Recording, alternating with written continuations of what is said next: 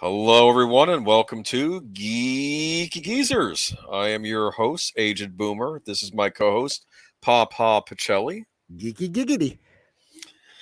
How you doing tonight? What you sipping on? I'm sipping on a diet squirt. A Grapefruit Diet soda. Squirt. Yep. Diet Squirt. Okay. And I'm drinking it from a mega pint. Thank you very much, Johnny Depp. I'm thinking I can say the name Johnny Depp now without getting canceled, right? I think we're at that point. I don't know. This isn't Twitter, by the way. This is still YouTube. I'm just letting you know. Well, yeah, that's true. That's a good point. It's a good point. Yeah, it's just when I think of pint, I think of in Lord of the Rings when and I think you're supposed was it Merry or Pippin that says it comes in pints? Remember these things come in pints? I know they didn't realize that, but yeah. Which is additionally funny because they're little people, so proportionately a pint is like a gallon to them, Yeah. So you didn't ask me what I'm sipping on. Well, I was about to. What are you sipping? Okay. Well, I got a Calypso Taste of the Island Southern Peach Lemonade because these were on sale again, so I picked some up. That sounds like something that would go really well with like a coconut rum. Maybe it's very nice. I do like it. It's a nice soft drink. Got me looking forward to Friday here, man. No, okay. Friday is what? Friday is Blind Fury rewatch on. Well, I have not confirmed that yet. With so you're waiting to hear from both 10. So we'll wait and see. Okay. So we'll be doing it at some point, but maybe let me know regardless. But okay, but let's say hi. Who was first? It was Netters Network. Okay, welcome to the chat. Hi, Nanette. She's Blue Wrench on your channel too, so she's a designated bouncer. It seems like. Well, like I said, you can bring things to my attention too if you feel too tuckered to deal with it. If people are acting up in the chat. No, the problem is she calling gets me she gets ornery. So don't piss off the Blue Wrenches, guys. Calling me a smelly crap face for not liking Star Trek Discovery or what. Nobody in our circle is going to do that, my friend. I don't get it. It must have an audience. I didn't want to believe it, but there's no way they can have this many shows and this many seasons. Critical Drinker kind of assumed that Batwoman must have had some audience too, but we'll be talking about that tonight too. I feel bad for the lead actress. She's a pretty lady, but I guess you I liked her in other things too. I did too. Yeah. She was also Netter and I both liked her, and she played almost the exact same role in God Friended Me. Gotcha. But I'll be honest with you. At this point, I'm no longer feeling sorry for actors that take bad roles. You need to start choosing your roles. Okay. I remember back on Siskel and Ebert. No, it's even Roper when Roper took over after Gene Siskel passed away. They kept attacking Monica Potter because Monica Potter, for whatever reason, I don't even know if you remember who that actress was. I don't. She kept showing up in these dog movies. Like she made a splash in the beginning of her career, and she kept showing up, like in the one James Patterson, Alex Cross one, not the Kiss the Girls, the sequel. Along Came a Spider, the one nobody liked. She was in that one. She kept showing up in these bad movies one after the other. And they said, this is going to kill your career if you don't pick the right scripts to do. Well, I mean, it could go, right? Because there's Bruce Campbell did all kinds of terrible B films, but he did them with that Bruce Campbell flair that made him beloved. But this actress that we'll be talking about tonight, I mean, the two roles I said, basically the same role. She plays a black lesbian. That's her shtick, right? And when you do that as Batwoman as the community says, because she took over for Ruby Rose. You immediately are kind of forcing a typecast on yourself of the man-hating, liberal. That was a joke. No, that was a joke on In Living Color. Remember In Living Color?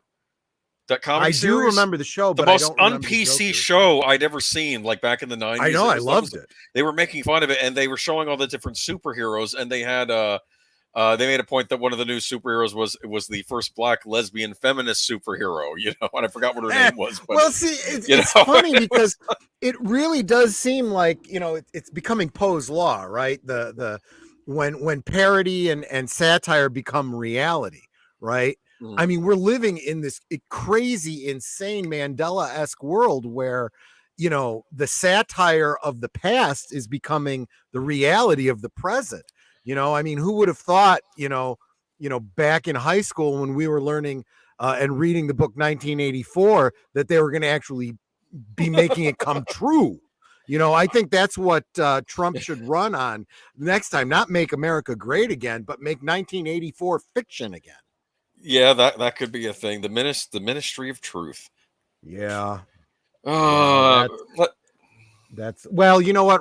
It's funny because just before I got the link from you to come over here, as I say every week, I'm listening to Viva Barnes, and they were talking about exactly that, and Barnes was breaking down, what that means and how it's not something theoretical that they're planning. This is actually been, Psaki has been circling back to talk about that in the questions, and she admitted right out, oh yeah, this has been in place for a while under the auspices of the Homeland Security. And it's like, if that could, just think about it, the existence of something called the Department of Homeland Security. Okay.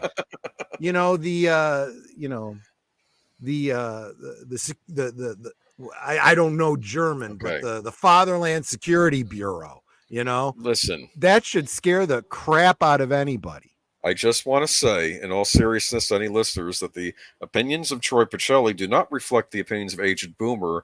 And translation, put the rat mask on him, please! Please, spare me! Well, you want to cover your butt, really. If you really want to cover your butt, what you say is the expressed opinions of Troy Pacelli do not necessarily reflect. Do not necessarily reflect, because you never know when that Ministry of Truth may find something that you said in some stream somewhere that does line up with something I say, and then they start to say, and then you say, well, I just said it doesn't necessarily reflect. I'm not saying that it doesn't. That or it'll be like on Battlestar Galactica when they were having we're getting there. Okay. Anyway, no, she's right. We really should say hi to all the other wonderful. All right, let's say hi to everybody. Big Al, welcome to the chat. Always good to see you. D Pensec, good evening to Geeky Geezers and the Fine Netters Network. I want to say something about the people in the chat because, I know all of you through like the interwebs and stuff. I have no idea. Sometimes I don't know what your gender is or what your preferred gender is or what you're, assigned at birth. I don't know what you look like, but in my mind, you're all very beautiful people because, I'm judging you based on the content of your character and what comes through, the comments that you make and the support that you give. I'm not blowing smoke here. I'm being honest. Yeah. And like Rosefire. Like Rosefire. Yes, I think you are a beautiful human being. I don't know what you look like, Well, beauty isn't all about what's on the outside now, is it? Well, if beauty is in the eye of the beholder, I'm beholding what you guys are putting out, and it's pretty beautiful from where I'm sitting. Really. OJ Fresca and sweet red wine gonna take a shot every time Pacelli says nice. I am gonna say there are some bad things to talk about tonight, but it's not all bad tonight. There's some good things to talk about tonight, so it's not all bad. But hello, Zootopia. Welcome. I'm just thinking OJ Fresca and sweet red wine. Is that a mixture? Because I could actually see that working.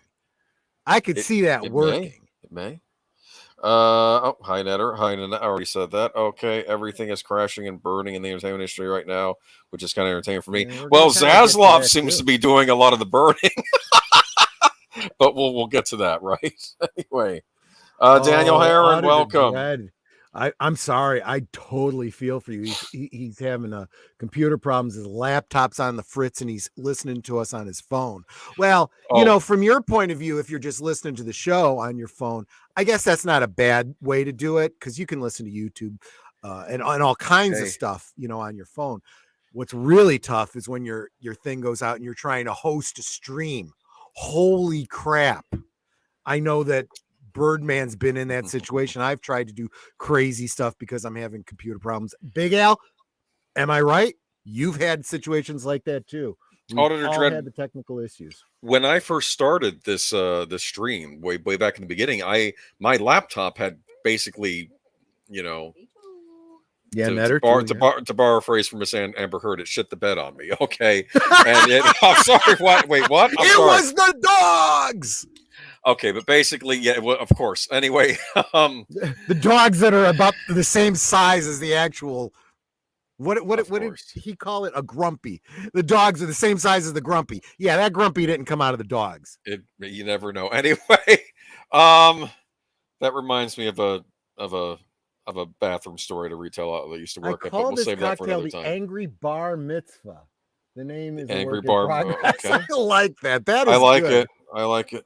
Okay, so we were talking about what were we talking about? Rosefire Wine Cooler. How's that for a name? No, that's not what we were talking about. No. I was. Oh, my Mo! I was saying in the beginning. I'm engaging with the chat here. Okay, and I'm trying to make it all about me. Anyway, when I first started this stream, it is your channel. Who the hell do you think you are? Taking over your own show. Anyway, I had to borrow a Mac Mini from someone in my family because my laptop had completely gone to puts. It was months before I had a new one. So I was first doing this stream on a Mac Mini, having to lean over with the keyboard and everything, like the old school way. You're sitting here complaining about your Mac, and I'm playing this tiny little violin for you. You know what? No. I like Max. Your response is supposed to be, "Oh, whatever." That's your comeback. Oh, whatever. Whatever. Those of you guys that are regular listeners, that's how we usually. Straight laptop broke, but I'm overdue for a new laptop. If it's an Apple, you could have brought it into the Apple Store. I could have brought mine into the Apple Store. I don't remember why I didn't. I think I just felt it was time. It's time had come. All right, so.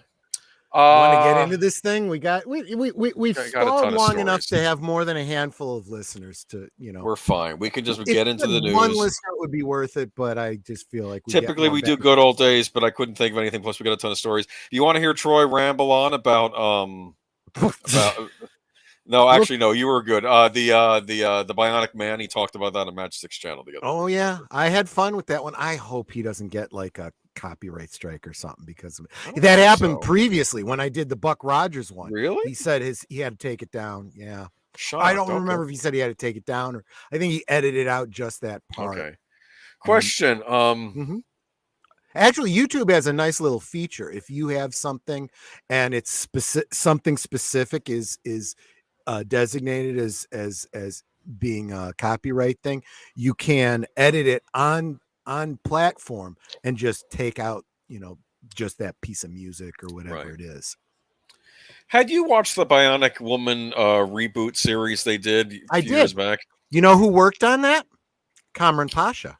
I didn't realize. Yeah, Katie Sackhoff was interesting because she was like the first Bionic Woman and she went rogue, and they needed another one, and it was this I don't know actress, the British actress. She was on one of the David Tennant Doctor Who specials. Yeah, she was her from that, and I actually rather was enjoying it. Unfortunately, I think it was a casualty of the writers' strike. It was when it happened that year because they hadn't even done a full season yet. And they're like, Cameron has talked up. I'm not going to share too much of what he said because he did share it semi-privately, in his Patreon. You don't have to say anything. But he did. There was some stuff going on behind the scenes too. That's very interesting. I would encourage people if you want to know some stuff, some of the dirty stuff that goes on in Hollywood from someone who really has seen it, not just ambiguously, someone who has seen it firsthand. It's worth, I don't know, like $5 a month to look into that. Cameron Pasha. Although in all honesty, a lot of the articles that we talk about here, I don't usually share the stuff that Cameron shares, but he shares these articles and that's what we do talk about. That's how I become aware of some of the stuff that's going on. But yeah. Rosefire, you didn't bring up this series. Let's talk about the not so good old days. Heroes. Oh no. Heroes. Heroes was a series that it opted to take the realistic route with superhero characters, right? But not the nihilistic one that you see in at least Brightburn and stuff like that. Well, at least the first season it did. Right. The first season I thought was fairly strong. And started meandering after that. I think that's part of what Rosefire is referring to here. There was this Oh no, we don't have time to talk about this. Maybe that'll be a rant stream. Maybe that should be a Friday night talk sometime. We rant about That heroes, does what seem went to be the wrong. case, right? You have good old days to kind of give us a bright spot if we have nothing else No, that's bright. heroes. I tend to do the rants, right? One of the worst things they did. Don't deny your big time villain the death he deserves. Yeah. And I hate it when shows do this. Like Siler should have died at the end of the first season. I like Zachary Quinto. I get it. People like the actor, but he should have died. And I like the idea of the Japanese guy who could time travel. He's the one that finally took him out. I thought that was interesting. And you could have other villains show up in future seasons. I think the problem is when you have, because then the villain becomes too popular, and then you have to make him pseudo sympathetic, and it's just stop it. He was always a bad guy. That was his purpose on the show. You don't have to necessarily make him sympathetic, but what you can do is make him, I'm not going to say relatable, but at least understandable. That's fine. I mean, and that's what you do. That makes great villains. That makes complicated stories, because I mean, some of the writing that's been given for Lex Luthor, for example, and they've reinterpreted him as, he's gone from mad genius to, 80s, businessman to, the rich guy politician that, has good intentions, but, kind of maybe a little Trumpian, if you interpret him through the negative lens, somebody who looks at someone with like Superman with suspicion. He's an alien with superpowers, and he doesn't have to answer to anyone. How do we know? And he actually raises some of the points about Superman that Clark does himself. He's like, well, he's got a point. What would stop me if I went insane? And what is my what keeps me from being a dictator? What is the checks and balances? They've broached that topic on the animated series too. They did in the comics too, and I think they've done it very well. It was probably inspired by what they were doing in the comics. And in fact, the implied story there, and I've talked, and you know what, we're going to get give me a little bit of rope to go off on a slight tangent, because I like this thing. Okay. This idea where, Superman, when he first meets Batman, they don't get along real well because they come at things from very different philosophies. This is a guy with no superpowers who has to do very hard things and put his life on the line trying to bring about justice in what he sees as an unjust world, a corrupt, you can't trust the government. You can't trust the police force because they're all on the take. I've got to do, work outside the law. Superman comes from a place where, no, we all have to work within a system, especially someone like me who has these powers. I can't just, take Lex Luthor and throw him in jail for nothing because I believe he's guilty. I've got to find the proof first and all this kind of stuff. Right. But they do find a way to meet in the middle, right? Where Superman looks at Batman and says, you know what, you're right. You're right that, yes, maybe I can be trusted because I choose to be someone that puts myself above board, but what actually holds me to that? And he hands them the one piece of kryptonite that was known in the world at the time. He says, I could just take and destroy this, and then there's nothing that could stop me. And that's not right. But at the same time, I can't just trust, Lex Luthor with it, but I see you as someone I can trust. And then, they took that to the nihilistic extreme where Batman becomes obsessed with coming up with a way to stop every Justice League member, if he had to, but this idea that they, as a team, the Justice League all holds each other accountable. That's a very noble, heroic way of looking at things, right? Not because Batman has taken it on himself to figure it out. No, because Superman said, Batman, you're someone I trust. And later on, he says something very similar to Wonder Woman. Wonder Woman doesn't need a piece of kryptonite to stop Superman. She's pretty much his equal in power levels. So he's like, I'm glad there's someone else like me out there that can, Yeah. but you know, that's good storytelling. That's good. And that's why you look at a villain like Lex Luthor and you go, yeah, he's thinking about things the way Batman does. So I get that, but he's doing it in the villainous way. Whereas as Bruce, you know, works with Superman, Lex Luthor decides he's the enemy because he might potentially be the enemy, you know, that kind of a thing. So anyway, that was my little tangent. Thanks for, you know. Well, no, I liked it. In lieu of good old days, we kind of did a little mini one, yeah, fixing the DC universe thing. I am going to say this: they did adapt that storyline into Justice League Doom, which was an animated movie. That was one where they had Nathan Fillion fill in for Hal as the voice of Hal Jordan, Green Lantern, which I thought was a great, you know, casting, really. And they. You know, they had the whole thing with Batman, and of course, Batman doesn't even apologize, and he's like, "I'm not even apologizing." And says, and like I think Clark made something. Well, what about you? What's going to stop you? And he says, "I already have a contingent for what would stop me if I went rogue. It's called the Justice League." I guess he means it's the rest of you, you know. But he's still kind of. And Rosefire, you know, makes a great point. You know, making Superman and Batman mistrust each other is easy. Writing a good story on how they come to even ground is hard. And what I just described to you, actually, that story already does exist. It existed in the comics in the John Byrne era, which was what Snyder supposedly was drawing inspiration from. It's what led to, you know, the Dark Knight Returns and the whole Batman versus Superman thing. The groundwork for that was laid with their friendship and Superman literally, you know, saying to Bruce, if I become, you know, that kind of an evil dictator, it's your job to stop me, and here's the means to do it, you know. But yeah, I mean, but you need that groundwork laid, right? That's the payoff. That's not where the story starts. That's where the story ends. Yeah. You need the minor disagreement, not them coming to blows trying to kill each other.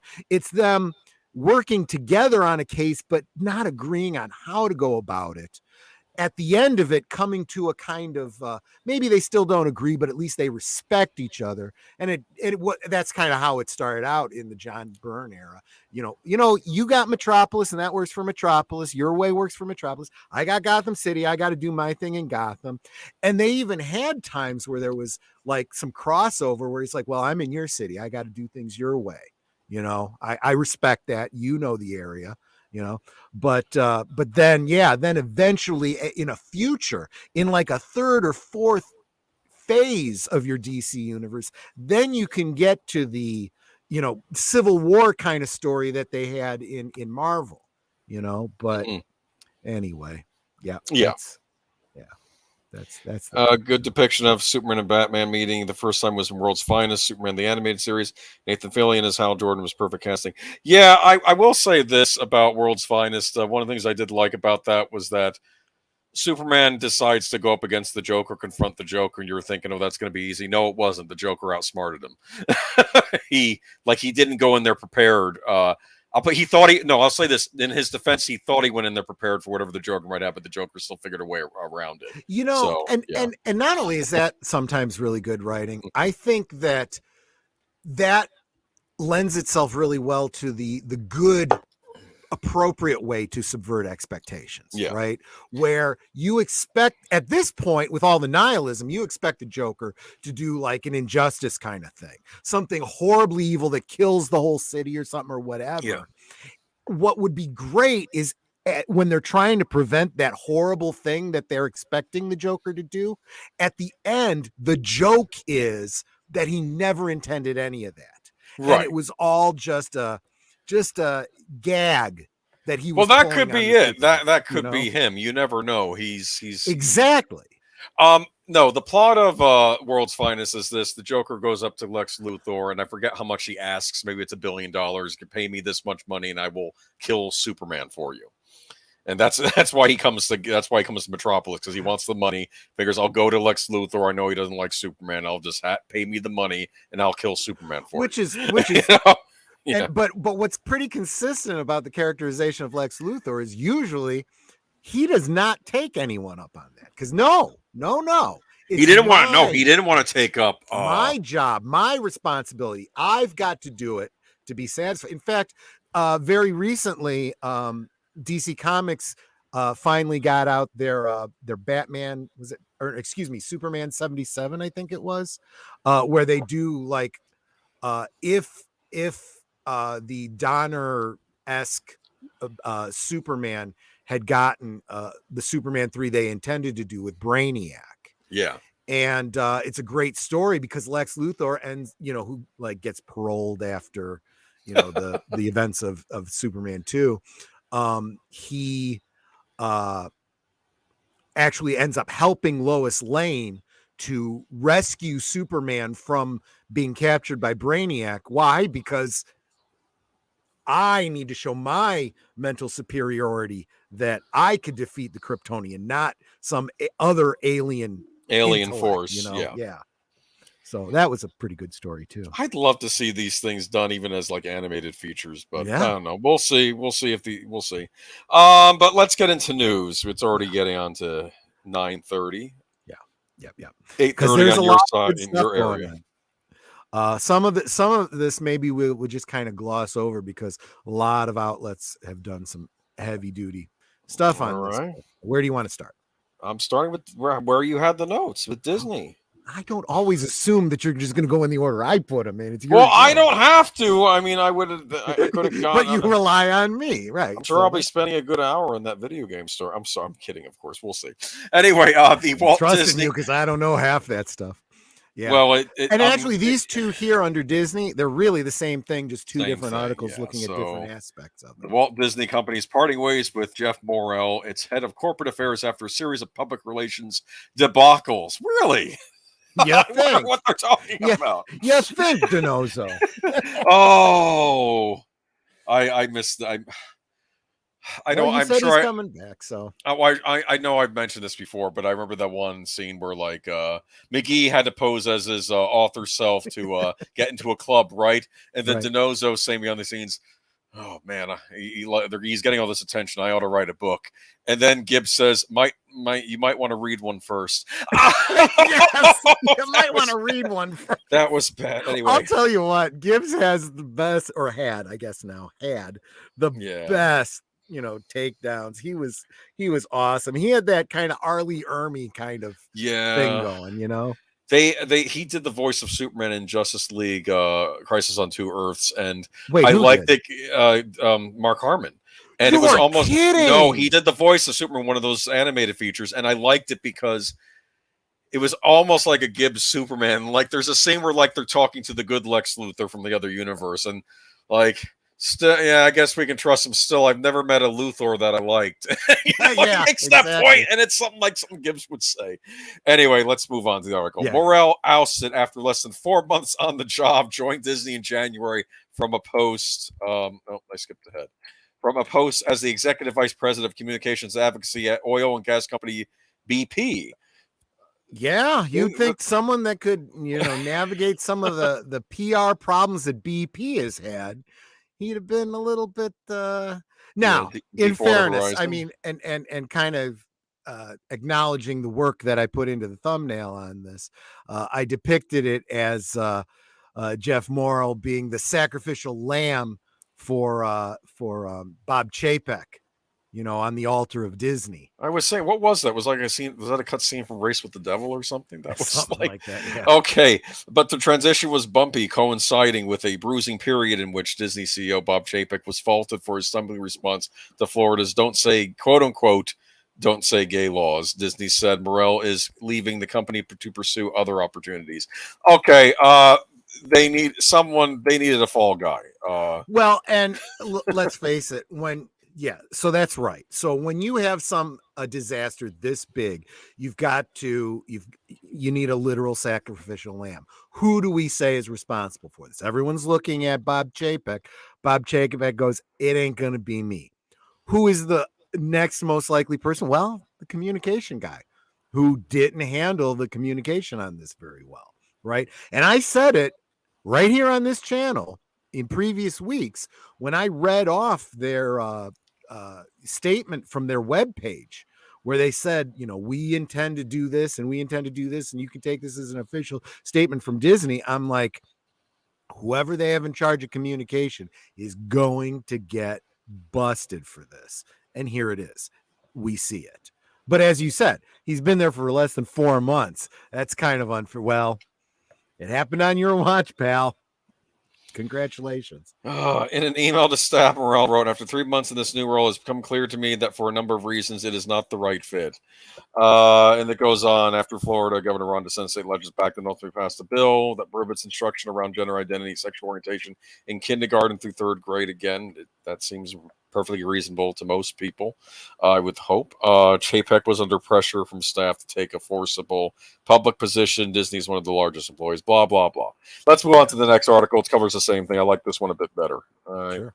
So let me go ahead and cut and paste. But yeah, I was watching the Man in the Iron Mask movie, made all those, the one with DiCaprio. And I haven't seen the DiCaprio one. I didn't care. I didn't care as much for it, but there was a scene in it though where like the one guy is advising the king, hey, the populace, they're starving, and he says, okay, give them the stocks from that reserve, and he says, but those stocks are becoming spoiled. Well, you better hurry and get it to them. And then of course it's a big disaster because people are saying the food's rotten, and D'Artagnan says, okay, I will go to the king and explain things. And the king's like, how dare you give these people spoiled food? He'll have to be executed after the guy already warned him about, hey, don't give them that food, because someone has to always take the blame even if they're not responsible. And yeah, you saw that too. Yeah. Do you feel Disney will try to course correct the company direction, remain apolitical after their bumblechuck attitude in the Florida bill? I don't know. You're kind of he has both of us, so I can answer this too. Sure. I'm gonna be more decisive on this. I'm gonna say that the fact that they have identified the need for a scapegoat is almost an admission that that's exactly what they're doing. And honestly, I think this is also, again, I don't have any inside information, but I can't see this going any other way. Bob Chapek, obviously, he has to cover his own ass. But if you just look at what we've seen publicly, first he says, we're taking no opinion on this. It's not our place, blah, blah, blah. All the heat comes down. He puts out the what's called the hostage recording, the obviously forced read of we're sorry and we care about our rainbow community and blah blah blah blah blah. And it's clearly not his words. He's clearly being forced to do this. And then you get this official statement that comes out saying we will work to overturn this thing, and then they get their shit handed to them by the state of Florida. Okay. And that Bob Chapek is in some board meeting somewhere going, I fucking told you people, probably. I told you we had no business, and we will literally have no business if you keep doing this stupid shit. I think there's a lot of arrogance on that side, thinking they can do whatever they want, and I think they poke the wrong bear. That's what I think every time Chapek, says one thing, they do another, and he's proven right. He builds capital inside the company to say, do you want to make money or do you want to fold? If you want to make money, do what I tell you. I want to see how this Lightyear movie is going to do. I think that might be a big teller this year, but we'll see. Well, this is what we've been seeing a lot from Disney, right? Where they do all the virtue signaling up front, and whether it actually makes it into the film doesn't matter. It ends up tanking because that's what they put out and that's what people believe. The message is still the same. Get woke, go broke. We keep telling you this. It keeps happening. All right. It's not just a talking point. So after less than 4 months, another change in the communications guard at the Walt Disney Company, battered by the ongoing battle with Florida governor and 2024 president of the United States hopeful Ron DeSantis. He hasn't announced he's running. I know people want him to, but he hasn't announced he's running. He may not run. Do you want me to make a political prediction? Sure. Here? What's up? I know that's not really on brand, but it's all right. Make the prediction. So we also don't know if Donald Trump's going to be running. Here's my prediction: Donald Trump runs. DeSantis does not. Trump does not win. Doesn't run. DeSantis does. Yes, I think that's the smart way for both of them. And we don't know. Go even further. Let's say Donald Trump says I'm running, and then he wins. He chooses DeSantis as his possibly as the VP, possibly, or maybe as his running mate. Possibly, we'll see. CEO Bob Chapek sent out a memo to staffers today announcing Morrell's departure. I'm writing to share the news that Geoff Morrell, our chief corporate, we heard all of this. There was something in here I liked, though. The loss of Morrell also reveals the cracks in what has been a pretty solid wall of Chapek loyalists so far, or rather, to paraphrase Disney Encanto, we don't talk about Florida unless we have to talk about Florida. Soaked by a constant storm of corporate missteps over Disney's silence and their ever-shifting position on the Sunshine State's discriminatory, this is a biased article, don't say gay law, and later the legislative yanking away of self-governing status of Disney World. Morrell's exit has been seen in recent weeks as a matter of when, not if, even with the dark external clouds. Disney staffers who were members of the LGBTQ plus community reacted sharply to what has been seen as an abandonment by Chapek. Morrell and senior leadership, some responded within the corridors of power, while others took their dismay to the streets and online, extremely rare display for a company with a culture that keep things behind closed doors. Okay, what do you think? I'm sorry, I was distracted by the chat. Rosefire is asking, how can a company as big and successful as Disney make so many dumb decisions in such a short period of time? Netter responds and says, because they keep putting stupid people in charge. I would say the wrong people were hired under a certain other president. Netter makes an excellent point, but I think it's less that they keep doing it, more they have a legacy of it under Bob Iger. And now they must correct that. Again, I've made this point many times. The bigger the company, it's like a bigger ship, right? It's very hard to turn a ship. If you're in a speedboat, okay, you can turn that almost quickly 180 degrees and start going directly back the way you came. If you're in the Titanic, you cannot quickly avoid the iceberg. It takes a long time. And a company with this many employees has that problem. And Iger hired a whole bunch of diversity hires. And these are the problems that they're having. And anyone who's ever worked in HR, anyone who's ever worked for a company in a hiring capacity knows it's easy to hire somebody. It's very difficult to fire somebody. You need to do all kinds of write-ups. You need a history. You need a paperwork. You got to cover your ass for when they go and they try suing you for a wrongful termination. So that's exactly what we're seeing here. And, as Stephanie Janicek has commented many, many times, and I tend to agree with her on this, these things happening at Disney are exactly that process, but they're doing it in the court of public opinion, where more and more people are saying this is stupid and asinine, and they're going, look, we're seeing it in our bottom line. We got to get rid of these people that are doing these things. They have to get hit financially. That's what has to happen, I think, for us to see some changes. I want to see how these upcoming movies are going to do. I'm predicting Doctor Strange will probably do well, but we'll see. That comes out next weekend. I mean, I'm not exactly hopping to see it myself, but I'll say I think that was at least one of the few things where we'll talk about Marvel a little bit, but I think probably the smartest thing they could do under the current MCU framework is to focus more on Doctor Strange, who seems to be one of the last big heroes they have left out of the original ones from that whole storyline. And we won't get into it today, but I'm starting to see some stuff out there about how it's looking very clear like they were trying to sink him too.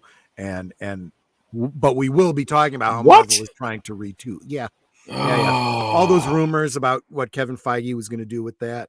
Looks like going to have no one left. Well, it may not happen though, because what we're going to be talking about with Marvel is how they are canceling and pushing off and retooling, and there's a reckoning going on over there. Speaking of a reckoning, Warner Brothers. Warner Brothers first, yeah.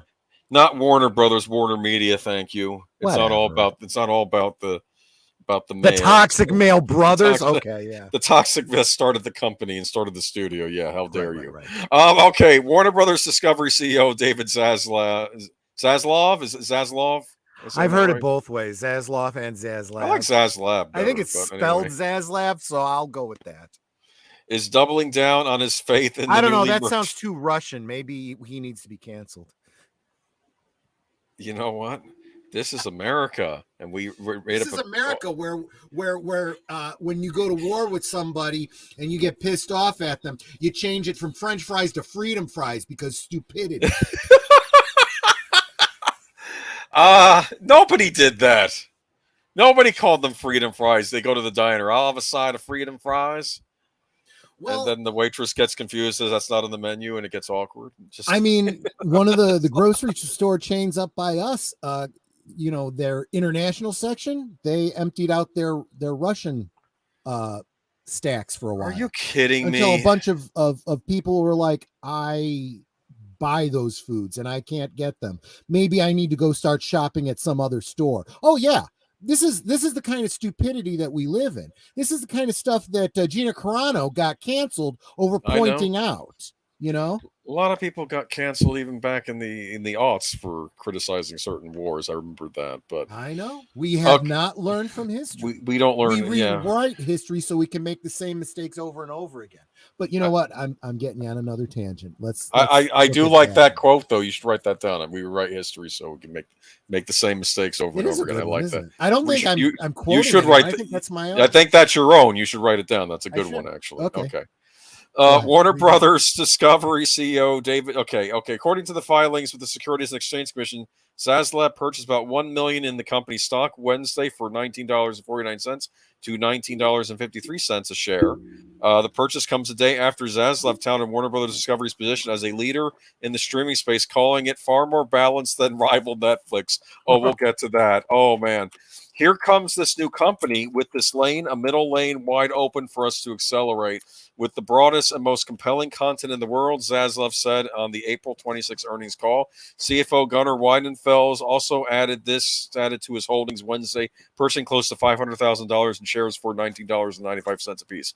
These purchases may signal the executive's confidence in the newly formed business. However, they may also seek to reassure investors in the near term. On Tuesdays, Weidenfels warned of muted profits at Warner Brothers Discovery for the year as the company tries to sort through its newly combined assets and as products such as HBO Max see a quote-unquote meaningful churn. Shares of Warner Brothers Discovery fell after the lower guidance was announced. We're up 1.5% after the hours trading Wednesday. Netflix CEO Reed Hastings made a similar 20 million share purchase in January after the streaming company saw its shares tumble. Discover and AT&T's Warner Media officially merged to create a new company on April 8th. Okay. Zaslav is interesting because I think this is showing that he has confidence in where Warner Media is going. Now, I don't know much about this guy. I know he ran Discovery. Didn't he run it well from what I've heard? Everything I've heard, yeah. Okay.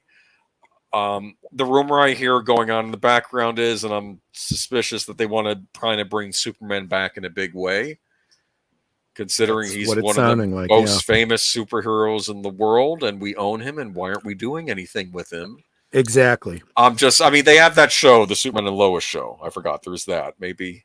Which is, we'll get into that a little bit more, but it's very clear they understand that the CW is done.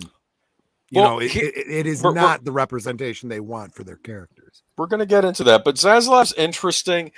HBO Max is an interesting service. I'll say this, the interface on it is very nice. There is a lot of content on there. If you're a fan of the old stuff, it's on there. So if you don't want to watch the new stuff, you can. I mean, I'm not their I'm not the pitch person, but I'm just saying. Hashtag not a sponsored message. Not a sponsor, no. But I was impressed that I got a little annoyed though. Sometimes they do switch the movies out. Please stop doing that, people. You could do that after you've won the streaming war. Then you could start taking things away from us. But while you're, I want to be able to click on Enter the Dragon or Dirty Harry or Batman Returns or whatever I want on there, and it's there. The Warner catalog is huge. Apparently, the 20th Century Fox catalog was huge. I don't know that Disney is doing anything with it, but that's another story.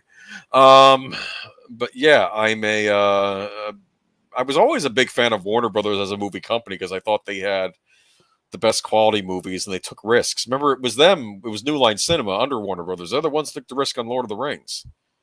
That's Miramax true. we didn't want to put up for a full trilogy. It was New Line that opted to, and I gave them points. And New Line during the 90s, they did a lot of these experimental movies. They did Dark City, which I loved. They did, I think, independent movies like Boogie Nights they had under their belt. They did a lot of stuff. And Warner Brothers, they used to do great with the cartoons. Now, granted, Warner Brothers is a mixed bag, and I have ranted about them on this channel often. Like that Aquaman cartoon, which I refused to touch, that was on HBO Max, that looked awful. And I'm thinking, here you have your big deal Aquaman movie that did Boko Bucks. And when Batman and Batman Returns came out, they did a very high quality Batman animated series. I didn't understand why no one thought, let's do an Aquaman animated series of like the same quality. But what do I know, right? I agree. I've been saying all along, even as they've been getting into the Khal Drago Aquaman, it's like, well, it didn't even have to be related to that. It could be more based on the comic book version. Well, yeah, I was just saying, I've seen good Aquaman stories in the comics for years. And you could adapt those into a series. Yeah. This needs to happen, and they're leaving money on the table, and they continue to allow Aquaman to literally be besmirched in, other media, It's like ridiculous. He's the joke of the Justice League. Oh, all he can do is talk to fish. Well, yeah, I know. Batman has no superpowers, so what's your point? Yeah, I don't know. There was the one line, and I haven't seen the Snyder cut. I did see the original cut when out theaters, and we all know how that went. But because I got dragged in the movies to see that. But there was a line in it where I think Bruce Wayne says, "Well, I'm from Gotham," and then Aquaman says, "Oh, that toilet." Never mind. Okay. I would imagine that people talk about Gotham City in the DC universe the way they talk about Chicago in the real world. Oh, anyway. But let's move on to the next article. It sort of ties to the whole Zaslav thing. There are series being chopped down. They sure are. Yeah, we're getting to that right now. Yeah. He canceled Batwoman CW series. He can't be all that bad. Yeah, let's get into that right now. Batwoman has, I think, been a disaster from the get-go, from what I could tell. Oh, yeah. They lost their lead actress on it, and they had to replace her. And then they cast another actress as that character, make her the villain in season 2, and it was just, I don't know. I didn't watch the show myself. I kind of got out of CW series after the end of season 3 of The Flash. I think I'd had it. But Batwoman canceled after season 3 of the CW. So I'll read a little bit from this. Real quick, let me just thank Deleted Scenes for hopping in and giving us a like. You're awesome, man. You can always get caught up on the rewatch. Yes. No problem. And he has a show called the Saturday Morning Serial Stream on the Bud Boy Productions Network. Yeah, you can drop a link if you need. And your own channel, too, if you'd like as well. Okay, drop a link in there.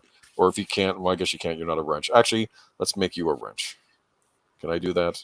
Do I know how to do that? You should be able to right-click on. I'm going to do it in a sec. Anyway, are you surprised that Batwoman got canceled? Dude, you just timed him out. You did that wrong. What? Yeah. Deleted. Oh, no. How do I untime him out? I don't know. You hit the wrong button. Deleted scenes. He's left. He's angry. He'll never speak to me again. It was an accident. Deleted scenes. When you're back, you'll get a wrench. Okay. Anyways, I apologize, Deleted Scenes, if you're listening. It was an accident. I meant to give you a wrench. It's a good thing he wasn't trying to bring you in on the show. He might have banned you. Okay. Okay. It's my first time out. Okay. My name is Boomer. Okay. That's to shield me. That shields you from all criticism. Okay. Anyway, Batwoman canceled after 3 seasons. Exactly. Oh, what did she say? You're called Boomer for a reason, yeah. Yes, okay. She's agreeing with you. Batwoman's time in Gotham has come to an end. The CW has canceled the DC Comics drama after 3 seasons. Showrunner Carolyn Dry shared the news on social media Friday. Just got the sad news that Batwoman will not be seeing season 4, Dries wrote on Twitter. I am bummed but full of gratitude with an honor to make 51 episodes. Well, that's fine. That's what you say. The cancellation comes a month after Batwoman aired its third season, and now the finale on the network. It also comes as the CW's owners, Warner Brothers Discovery and Paramount Global, are exploring the sale of the broadcaster with local TV station giant Nexstar considered a possible buyer. That has led to speculation that the network would pare back its slate of scripted series. CW gave early renewals to 7 series: All American, The Flash, Kung Fu, Nancy Drew, Riverdale, Superman and Lois, and Walker in March. That was a deviation from the network's MO of the past few years, in which 10 or more series routinely earned early pickups and no more than a couple shows faced cancellation each year. So, aside from, just to give a little bit of financial depth on this, if you're looking to sell an asset, you want it to look as valuable as possible, because you want to make as much money as you can on it. And of course, you want to entice someone to want to buy it, right? Well, that's when you start seeing a network like this start really looking critically at their shows and saying, well, is this show really a financial earner, or is it a money suck? And all of these CW shows have been real money sucks. I think all the fan base has looked at Batwoman and said, how did she even get a friggin' second season, let alone talk about a fourth season, for crying out loud? But in addition to that, though, we also have the fact that it's very clear that they're not going to be selling off the properties of these DC characters. It's not like there's any indication that they're going to stop making movies, or that they're going to, get rid of the, I don't know, sell Superman to, somebody else or whatever. That's theirs, and they want to revamp it. They've actually officially said that. So you don't leave those characters on a platform that you're going to sell to somebody else either. Otherwise, you end up in the problem that Marvel has been in for all these years, with rights in some ways to some of your characters held by other people, So is this because this is this, you think some of this has to do with that sale of the CW? Oh, absolutely. It does. 100%. Yeah. 100%. Let's look at some of these shows. All American, I don't know what that is. The Flash, I think one of the more successful CW shows, plus it's entering its final season. Why cancel it? They're going to wrap it up regardless. And that helps when you're streaming it and reruns and people want to watch the whole thing again. Kung Fu, I know nothing about that, except I don't think it has anything to do with the old Kung Fu series. Happening. It's a young female Kung Fu, and I don't know if she's related to Kwai Chang King. Maybe it has something to do with that. Nancy Drew, which is, I think, another one of these CW shows like Riverdale. I guess those are cheap to make. Superman and Lois, I think, is a hit. I like the lead actor they have playing Superman on that. I think he's good, but I might like to see him in a movie, maybe unrelated from the show. My problem is that his spawning from the Supergirl show. No, what I would say is keep the actor and junk everything else. Keep the actor, throw him up on the big screen, an unrelated Superman movie. I don't know why they don't do that. If an actor is working, just cast the actor, but have it unrelated to the show. But maybe they can't do that. I don't know. Yeah. Am I wrong? I don't know. No, I did it. Okay. Batwoman premiered in the fall of 2019 to solid ratings. The series initially starred Ruby Rose, who played the title character, aka Kate Kane, cousin of Bruce Wayne, who takes on the mantle of Batwoman when he leaves Gotham City. Why did he leave Gotham City? Wouldn't a more interesting story be he went missing and maybe she's trying to figure out how Batman or Bruce Wayne went missing, and that could be part of the storyline of the show? It's like a mystery she's trying to figure out. I don't know. For as poorly written as that early 90s Birds of Prey series was, at least they left that mystery out there so that they could revisit it at a later time. Definitely did imply that they were, kind of in a pseudo Batman Beyond era. They just weren't covering it, but writing. Okay. Rose left the series at the first season, later claimed pronoun after complaining about the unsafe conditions on set. Rose also said they were forced back to work just 10 days after undergoing surgery. See, the problem with that, you try reading text like that, they means multiple people. Okay. Look, I'm just saying what the article says, man. I'm just anyway. This person left the show. Okay, so here we are. They got the new actress that you actually said you liked her on something else, but this is just. CW said to make call on the futures of Charmed, Dynasty, In the Dark, Legacies, Legends of Tomorrow. Legends of Tomorrow is canceled, isn't it? Yep. We just found that out. Roswell, New Mexico. They remade Roswell. I don't know if they remade it or if they did sequelified it because they like canceled that one. I don't know. It lost to that was back when UPN and never mind. Stargirl. It really got to a point where anything being announced on CW meant it was going to be shit. So I never watched it. The 4400, Naomi and Tom Swift, Roswell in the Dark. Tom Swift said the board of the networks. Honestly, the last thing I watched on CW was Smallville. Well, I think Smallville killed Roswell because that was on UPN at the time, and there was even a joke on in an episode. Deleted scenes. If you're there, post something. I feel bad about this. Okay. It seems the series has no relations of the Supergirl series. The Superman show is its own thing.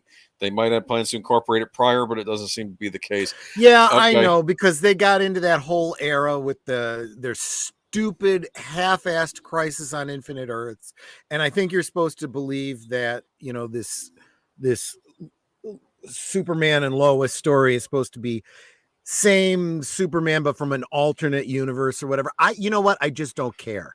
It is basically a spin-off of Supergirl, even if it's supposed to be an alternate universe. Don't care. And then they start doing all the crap with, okay, and one of his boys is going to be gay and the other one's going to have, emotional problems. And it's like, you know what? No, just stop. I don't want anything to do with it. Yeah, well, that was kind of the woke thing on the show was the mental health issue. I think with the son, that was sort of where I think they were drawing. I don't know. Once again, not the reason that I go to watch a superhero story. I watched the pilot. I wasn't all that impressed. Like I said, I like the lead actors as Superman and Lois. I thought they were good casting, but. Oh yeah, I mean they both look the part. They look the parts of the. They both seem to have the acting chops. Yeah, so I don't fault. I wouldn't mind seeing them in something else, but it's just I don't know. But it does look like we're seeing a trend here. These CW shows are all going away. Your CW universe is over. The long DC nightmare is coming to an end. Here you go. DC Legends of Tomorrow canceled at the CW after 7 seasons. Jesus. That's a lot, though. I mean, 7 seasons, that's a lot. Were they able to wrap it up? I don't know. Remember Smallville? 10 seasons, yeah. They kept trying to. The network had it in for Smallville. They were trying to cancel that one. They threw it on Friday nights, and they said try getting ratings on a Friday, and it still got their ratings. And what do we do? Because finally gets a season 10. Like really okay, like the show. Yeah. Wrap it up with your 10th season. We'll give you another. We'll give you a 10th. You're wrapping it up. And I suspect that's also why the writers would create an opportunity for spin-offs. And it would tease them, and then they never happen because we didn't get our Arrow spinoff with the actor. We didn't get They could have done an Aquaman series. Another reason that I refuse to watch any of those subsequent CWs. It's like fuck you. You had me with Smallville. You shat all over that. I'm not reinvesting. Okay. Yeah. DC's Legends of Tomorrow will not return for an 8th season. It marks the end of a long road for the series, which premiered in 2016. While the CW is known for giving its longer running series a proper goodbye, this season of Legends ended on a cliffhanger. Sources have pointed out that the characters can easily populate other series in the DC Arrow universe, so you may see 1 or 2 of them in other shows. I'll be blunt. I think when this sort of thing happens, they should really at least do like a 2-hour finale. Yeah, I'm not even saying I'm a huge fan. I've never really watched this series, but if it's gone on that long, just wrap it up with like a special or something, or like a mini series, like 4 episodes or something. I would say that I honestly think that the reason that writers end their series on cliffhangers is because they are trying to whip up the fans to keep them alive to get the next season. it's manipulative and stupid for something that's, clearly not coming back. I mean, the CW shows, for the reasons I told you, pure business reasons, will not be coming back. Give it up, people. Yeah, well, I think that I'll be honest with you. I think a lot of this is Zaslav. I think he wants to make DC more of a breadwinner for the company, and these teeny bopper shows at this point, they probably run their course. I think he wants to have more serious, big budgeted movies, or at least some streaming series with these characters. Yeah. I don't know. It's funny. I went to see Sonic the Hedgehog 2 last night, and I saw a trailer for the Super Pets movie coming out. Mm-hmm. And I'm thinking this is the first time in a long time I've looked forward to a DC related movie. I think the cartoon with the pets is going to be better than most of the live action DC movies we've gotten as of late, because it's about Crypto and the other super pets. You understand? It's right. It's funny. It's like one of these typical computer animated movies, but at least Superman in it acts like Superman. I saw him in it. He's Superman. It's nice to see that every so often, once in a blue moon. The one thing that I want from this, if Superman is in it, I want to see he pets Crypto on the head and just says, "Good dog." That's all I need from Superman and Crypto. No, the trailer I saw is Crypto trying to wake Clark Kent up to take him for a walk, and he's actually talking, and like finally I think he flies up in the air and lifts Clark up in the air and then drops him on the floor. It's okay, I'm up. And isn't that it funny? I'm sorry. It's anyone who's ever had a dog knows. Yep, you give them superpowers. That's exactly what they would do. Yeah, I think the plot of the movie is Lex Luthor finally figures out how to stop the superheroes, and now it's up to the pets to rescue their masters. I think Ace is in it, the Bat Dog, and all. I don't know. It's a kids movie, but it don't look bad from the trailer. We'll see. Okay, see, and it sounds like it has the fun element that you expect from something like this. Fun is good. Oh, all right. I feel bad about canceling deleted scenes there, or I'll tell you something else about Crypto. Yes. There was a storyline right around the time of Crisis on Infinite Earths. It was an Alan Moore story, whatever. I think it was like Whatever Happened to the Man of Tomorrow or something. It was their way of wrapping up the Silver Age Superman. And when Crypto dies defending Clark, I think I cried more reading that than when Supergirl died in the Crisis on Infinite Earths. I would have cried at that. I like Crypto. I was pretty devastated by that. Your only consolation, of course, is this is kind of a what if kind of story, because they're going to be rebooting Superman entirely anyway. Gotcha. But it's like, oh man.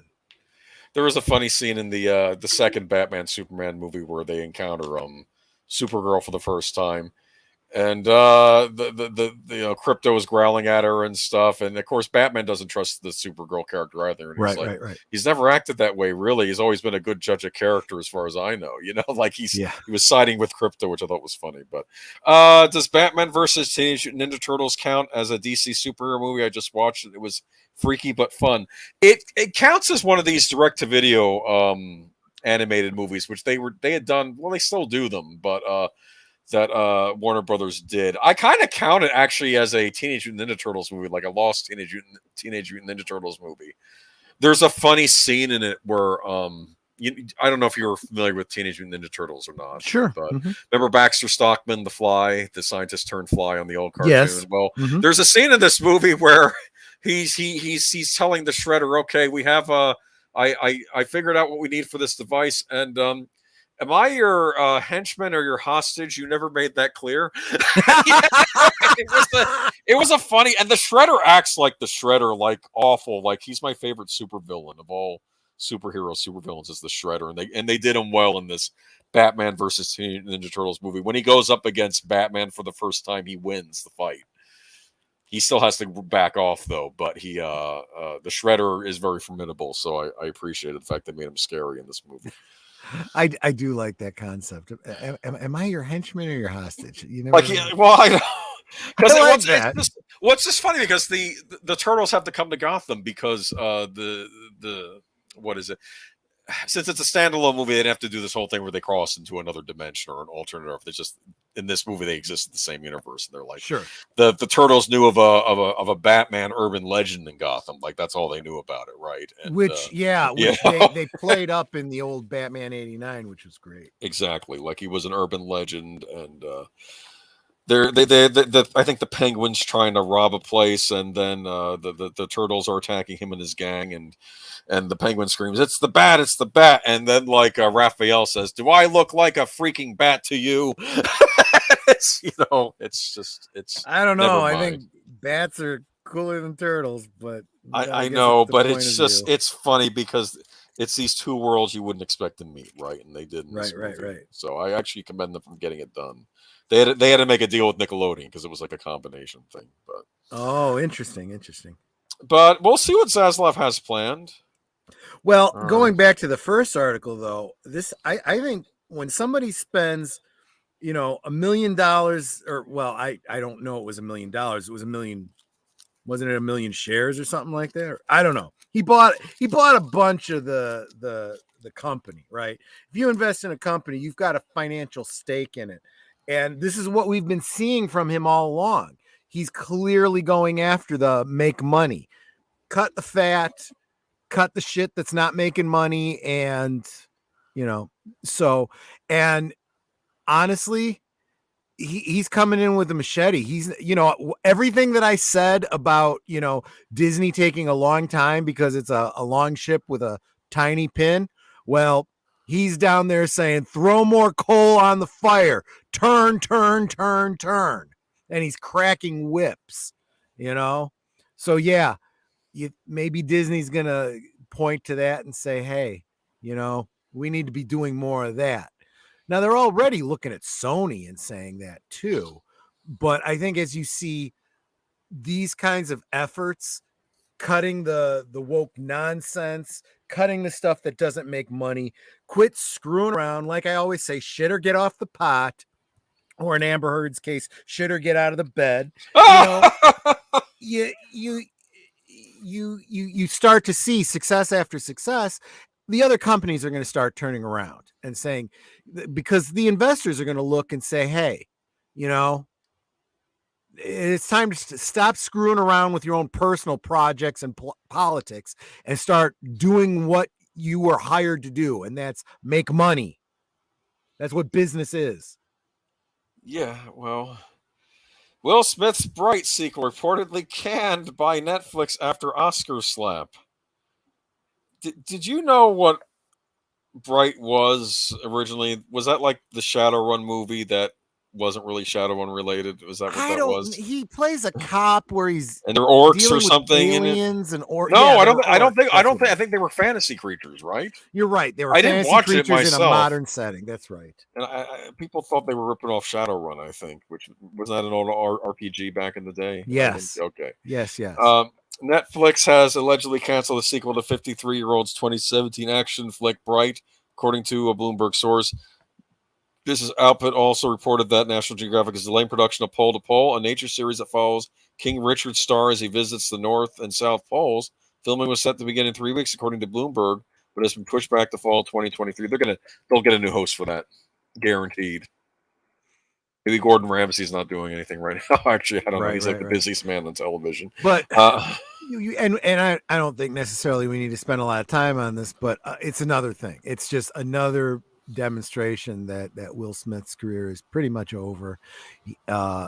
Look, you could say it's hypocritical. Okay. You could have one Hollywood person do something that's absolutely horrendous and everyone covers for them. And then you have someone else that does something and they just decide, no, we're throwing you under the bus. Well, in this particular case, they decided,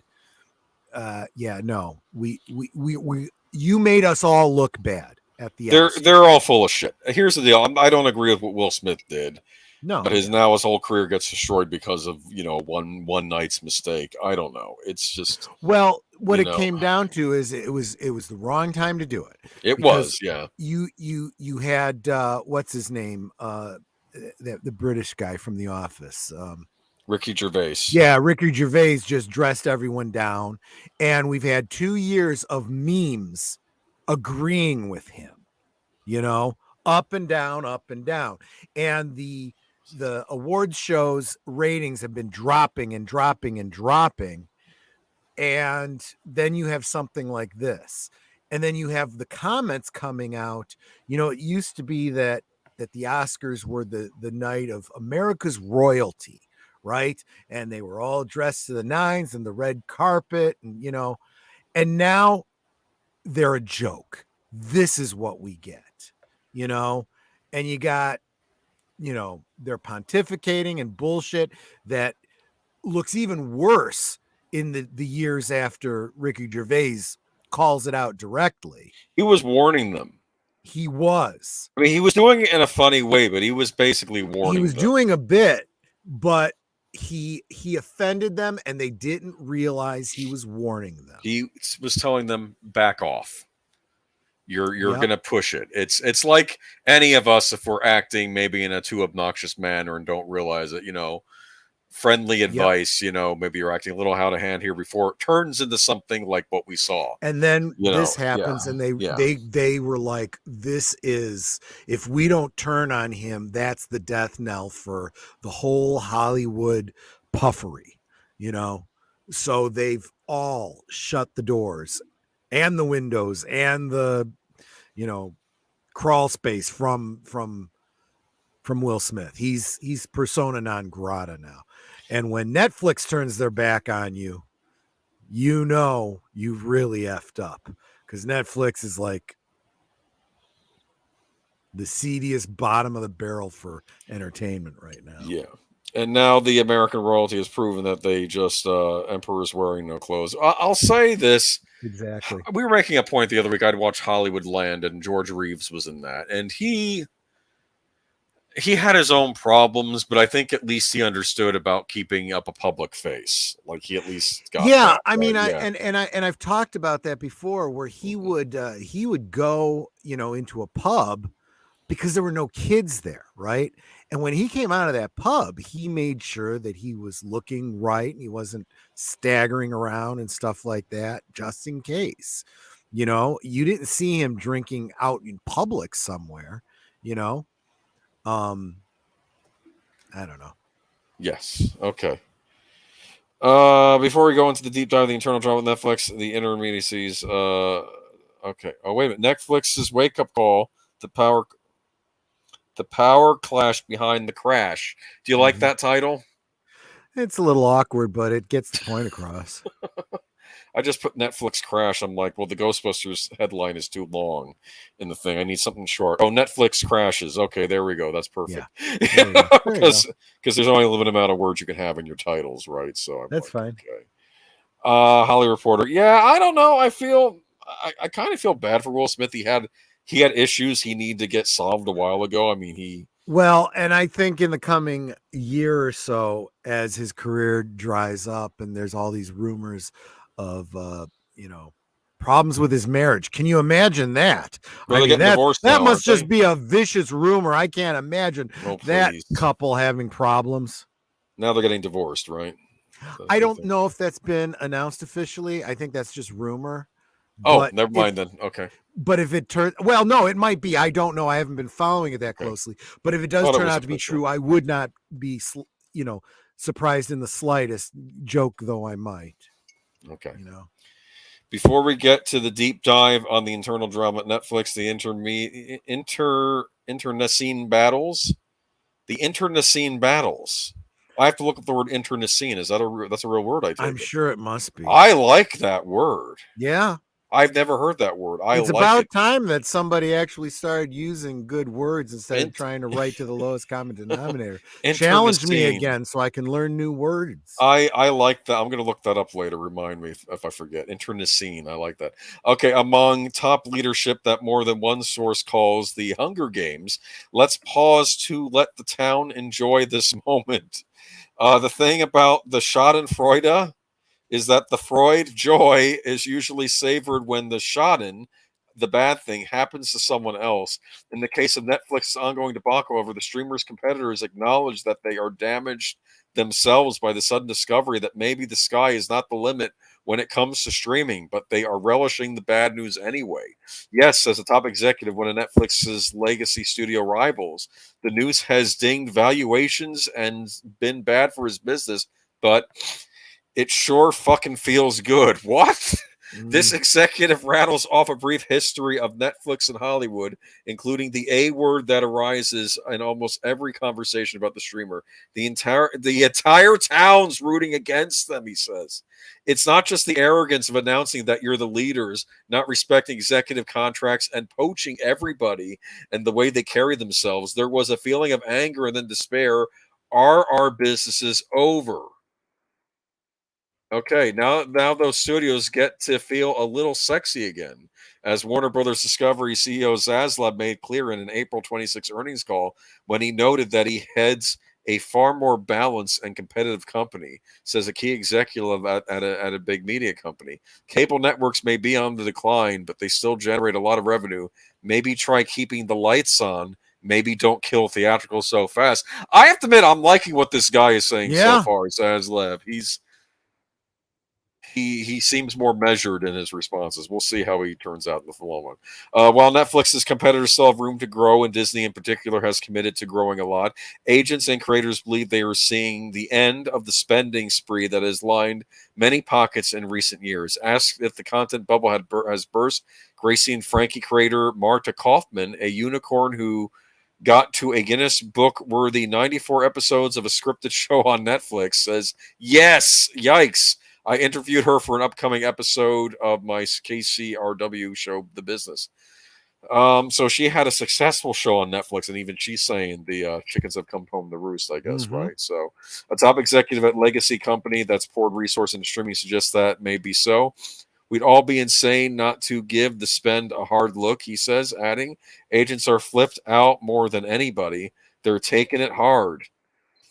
Still, whether Netflix's tough ride is truly a measure of the limits on subscriber growth is not clear. Whatever Wall Street thinks, at a time of war in Europe and rising inflation, it may be a little soon to write an obituary. Netflix has gotten itself out of tight spots before. What do you think of the whole Netflix? Let me interrupt here. What do you think of the whole Netflix thing? Have you subscribed to Netflix recently? I still get the DVDs from them. I don't have them. Oh, that's weird. Okay, so you've never watched their original programming or anything? If I did, it wasn't through Netflix streaming. Oh, okay. No, I understand.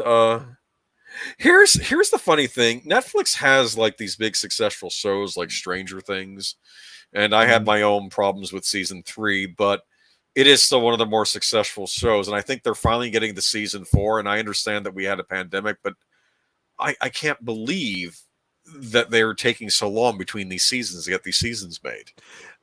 Seasons used to be each year. Once a year, you get a season made. Right. And when you do that, especially when your cast is all kids, they tend to grow up pretty quick. Oh, they're college age now. Yeah. So they better be, forwarding the story appropriately. I'm sure they probably are. Look, Stranger Things was one of the things that I did watch, and I do have the DVDs. Okay. On physical media. But and that's my way of look. If Netflix does a show that I like, I will buy it on DVD and I will vote with my dollar that way. I will not support them broadly across the board because, I don't want my subscription dollars being considered a support of something like Cuties, for example. Yes, there is that. That should not have happened. In fact, I'm still wondering what's going on in Texas. Weren't they going after them over that? There's a lot of cases going on that I'm very interested in, and that's one I haven't seen the details on yet. There's only so much time in the day between following geek news and law news. My head's exploding. Anyway, I'm trying to think what else. I did like their Unsolved Mysteries reboot. That was pretty good. They did a newer Unsolved Mystery series that was actually pretty interesting. But yeah, it's just I think they lost a ton of stuff. One of their big draws were their Marvel shows. Remember that? They were doing Daredevil and Punisher and Jessica Jones and Luke Which Cage. it now They, sounds like the mouse is bringing under their own roof. But it's again, so weird. Yeah, they put those shows that had already been made. They put them under Disney Plus, and I'm thinking, wouldn't Hulu have made more sense for those shows since they're more adult in nature? But I know. What do I know? Auditor Dread, the only show I would really recommend from Netflix is Cobra Kai. I got those on DVD too. So at least the ones that have been released. Yeah. They've been slow on getting the third season out yet. But you're absolutely right. That's another one that I'll spend the money on because, support the good stuff they do. And hopefully my lack of support for, some of the other crap that they've put out sends some amount of message, But Rosefire's got to log off now. Thanks, everyone. It's been fun. Yeah, and I know you know this. You could always catch the rest of it on the rewatch. You're awesome at leaving comments and encouraging us days after the stream. Super appreciate it. Take care. But take care, Rosefire. Yep. Netflix, I think, another example of well, you could say get woke, go broke. I think it's more than that. I think it's just making a whole lot of bad decisions. Let's go into the rest of this, though. And now back to the drama. Several important Netflix creators voice a very consistent theory about what's gone wrong with the streamers' culture. They see a link between Netflix's problems and the 2020 fall of Cindy Holland, who played a key role in launching the service's originals brilliantly and awfully expensively with House of Cards, Orange is the New Black, and Stranger Things and others. These sources say Holland was the one who nurtured strong relationships with talent and took time to offer thoughtful development notes while still making people feel safe and supported in pursuing their passion projects. Important multi-hyphenates who work and have worked with networks say it was Holland rather than Ted Sarandos, the chief content officer, who gave Netflix its profile as a home to buzzy quality shows. It was also Holland who warned Sarandos to no avail that continuing to order specials from one of his comedy heroes, Dave Chappelle, would lead to internal strife and bad press.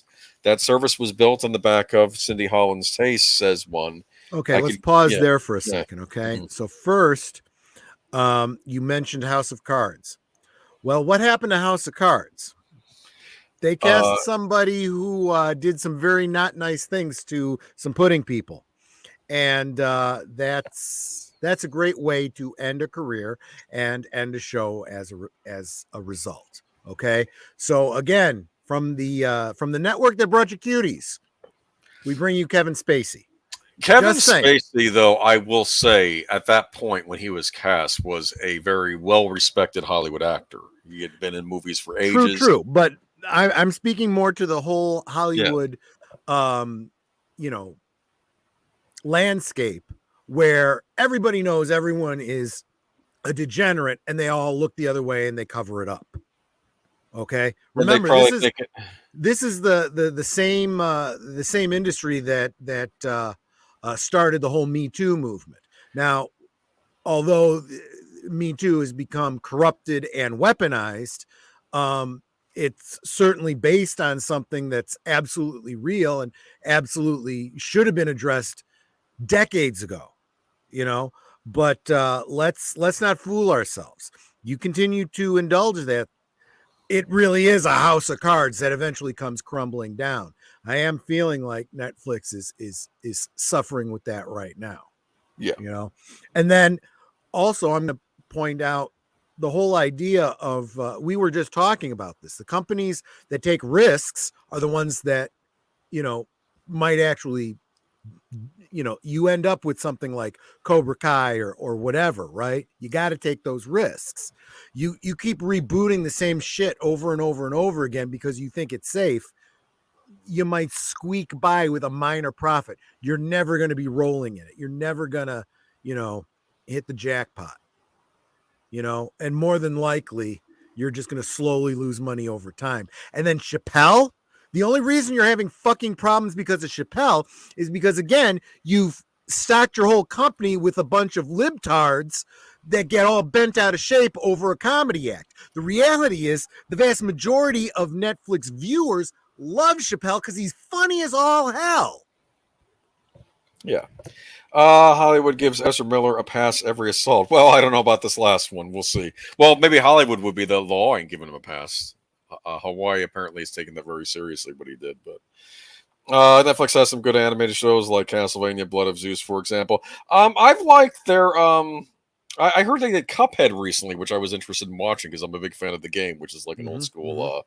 I think I even did it. I even had us do an article about that, but I don't think that's going to be enough to save this. It sounds like, are they just bleeding subscribers? Are they bleeding money? What's going on here? This is they suddenly last week, or maybe it was the week before, took like a 30% dip, and there's a lot of people speculating that it's not just Netflix. There's a lot of other companies that have taken some very, very sudden losses in their earnings.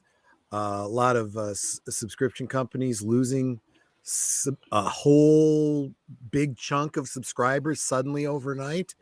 And gee, isn't it kind of interesting how that happens when you decide that there's a whole country you're going to cut off because you don't like the conflict they've gotten themselves involved in?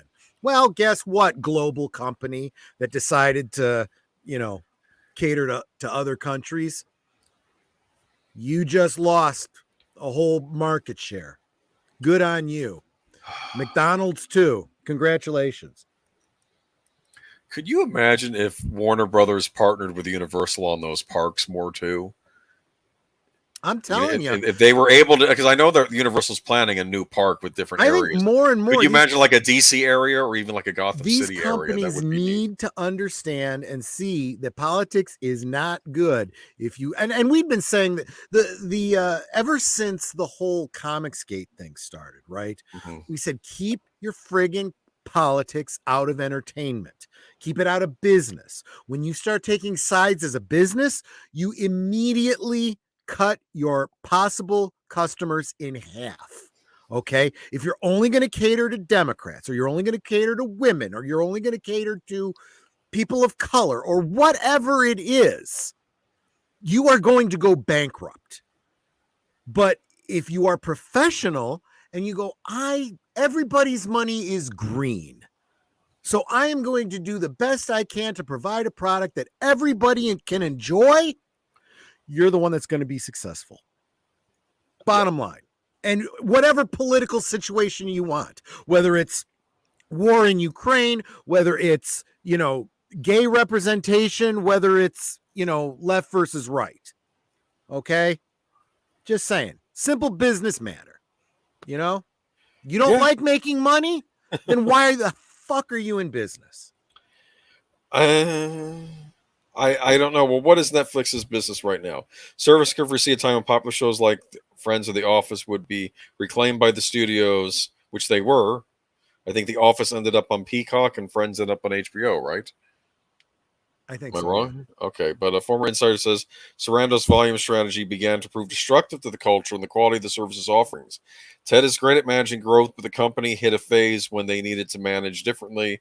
This person says whether Holland's spendy approach itself would have proved sustainable is a question, but several creators believe Netflix lost much of its early cachet by over-rotating to less expensive, less curated, and less compelling, or the company might say broader fare that simultaneously overwhelmed and underwhelmed some subscribers. I wonder if the Dear White People show was part of that that they're mentioning. I don't know. But that certainly does, speak to my point again. So the 2016 around former CBS Universal Television as Bella Bajara as head of the unscripted and internal content represented a huge turning point according to multiple sources. By then, Holland was to oversee 80 shows on the service, while Bajara was responsible for 60. Who can make 140 shows a year as one creative? That's insane.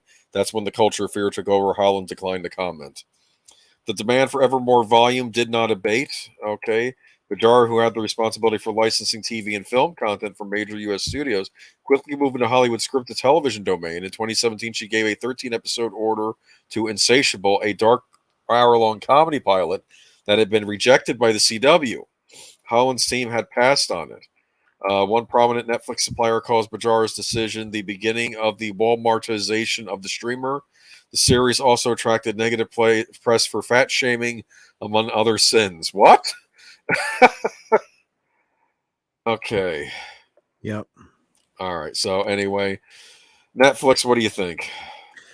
I think they Going on forever. reap So what they sow is what I'm going to basically say about that. We'll move on from this. Is going on forever. Real quick side note, internecine, destructive to both sides in a conflict. For example, the region's history of savage internecine warfare. That is a good word. Yep. So I could see that being used in a conversation where you might refer to a Pyrrhic victory would be an internecine warfare. Yeah. Mutually assured destruction, we used to call it in the 80s. Very interesting. So we've learned a new word.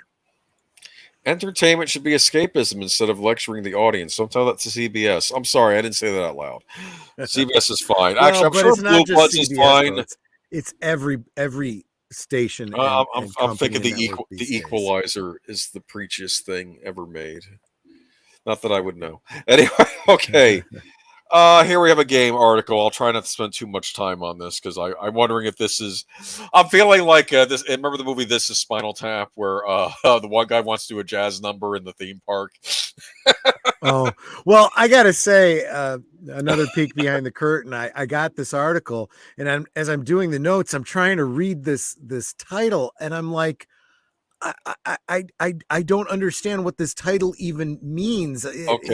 It's just a bunch of word salad. Wait, let me read it the way I think it goes. Triangle strategy, English location ads. Right? Okay, I'm already lost. I don't understand what the subject is. Read it for you. Yeah, please help me out because I'm lost. Triangle strategy, English localization adds, removes, and dramatically alters some original Japanese dialogue. Okay. For starters, this is bounding in the comics. They got the title of the game wrong. It is not Triangle Strategy. It is Project Triangle Strategy. Do you like that title for a game? I don't have necessarily a problem with it. It's just okay. I didn't know where the subject ended and the script. So I didn't know if it was Triangle Strategy English or Triangle Strategy English location. Okay, so I'll explain to you. There's a subgenre of Japanese role-playing video games in Japan called the strategy role-playing game. And do you know how like a lot of Western strategy games are more real-time? Think like Age of Empires or StarCraft. Sure. Mm-hmm. These are turn-based strategy games where it's more turn-based. Okay. I'm not saying one's better than the other. They're both very fun to play, but they do turn-based over there. And I think the idea of this game must use some sort of a triangle system when you're setting up weapons or spells or whatever. And it takes place in a high fantasy universe like Game of Thrones with, I guess, political intrigue and, probably some supernatural stuff in there too. And, it's like a fantasy world. It's they said it was like a spiritual remake of games like Final Fantasy Tactics or Tactics Ogre, which are older games from the 16-bit and 32-bit eras from a while ago. So this is a big Switch game that got released recently. And I was recently thinking back, and the reason I brought this up, I know Horizon Talker was asking me about, I was going to comment on the whole Anita Sarkeesian thing, and they're saying it's been 10 years since Tropes versus Women. It's really been 9. I don't know where they're getting this 10 from. Maybe she announced it in 2012. I only heard about it in 2013. That's when the videos started rolling out that she was going to start this stuff. And because originally her whole videos were, she did videos like attacking hip hop songs, but nobody paid attention to her.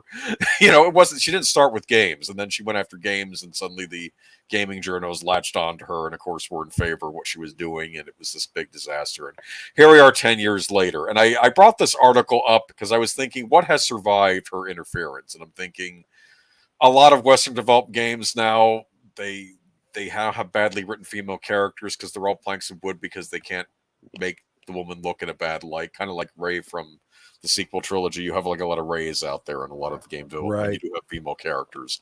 And I'm thinking, well, you still have the boomer shooters, which I mentioned on Match 6 channel. I mentioned on here.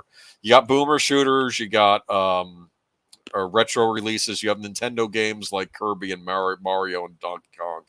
And then you have Japanese role-playing games. And even though I know they've come under fire. I figure at this point the Japanese know maybe they can't make the women as sexy as they used to be, but they can at least work around things, and you'll still get good stories in these games. And though I figured what the Japanese companies were trying to do was, can we straddle the line between political incorrectness and political correctness? What's the medium? That's what I thought they were trying to do. I don't think that's the case anymore. So let's go on to this article.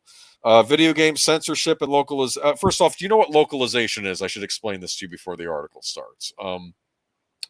Localization is when they bring a Japanese game that's very text heavy, like a role playing game, over to the West, like Europe or the United States. They translate into English. It's not always a strict translation. Sometimes maybe a Japanese colloquialism that might not make sense for us, they might replace it with an American colloquialism or a British colloquialism. You understand? So the idea is maybe you want to stay true to the spirit of the original Japanese translation.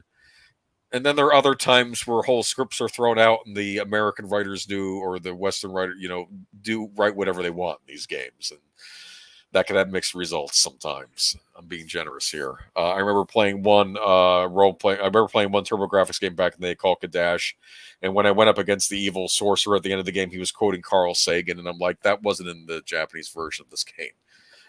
No one's quoting Carl Sagan in a fantasy world that was made in Japan, right? Am I wrong? Right, exactly. Okay, I don't know. Anyway.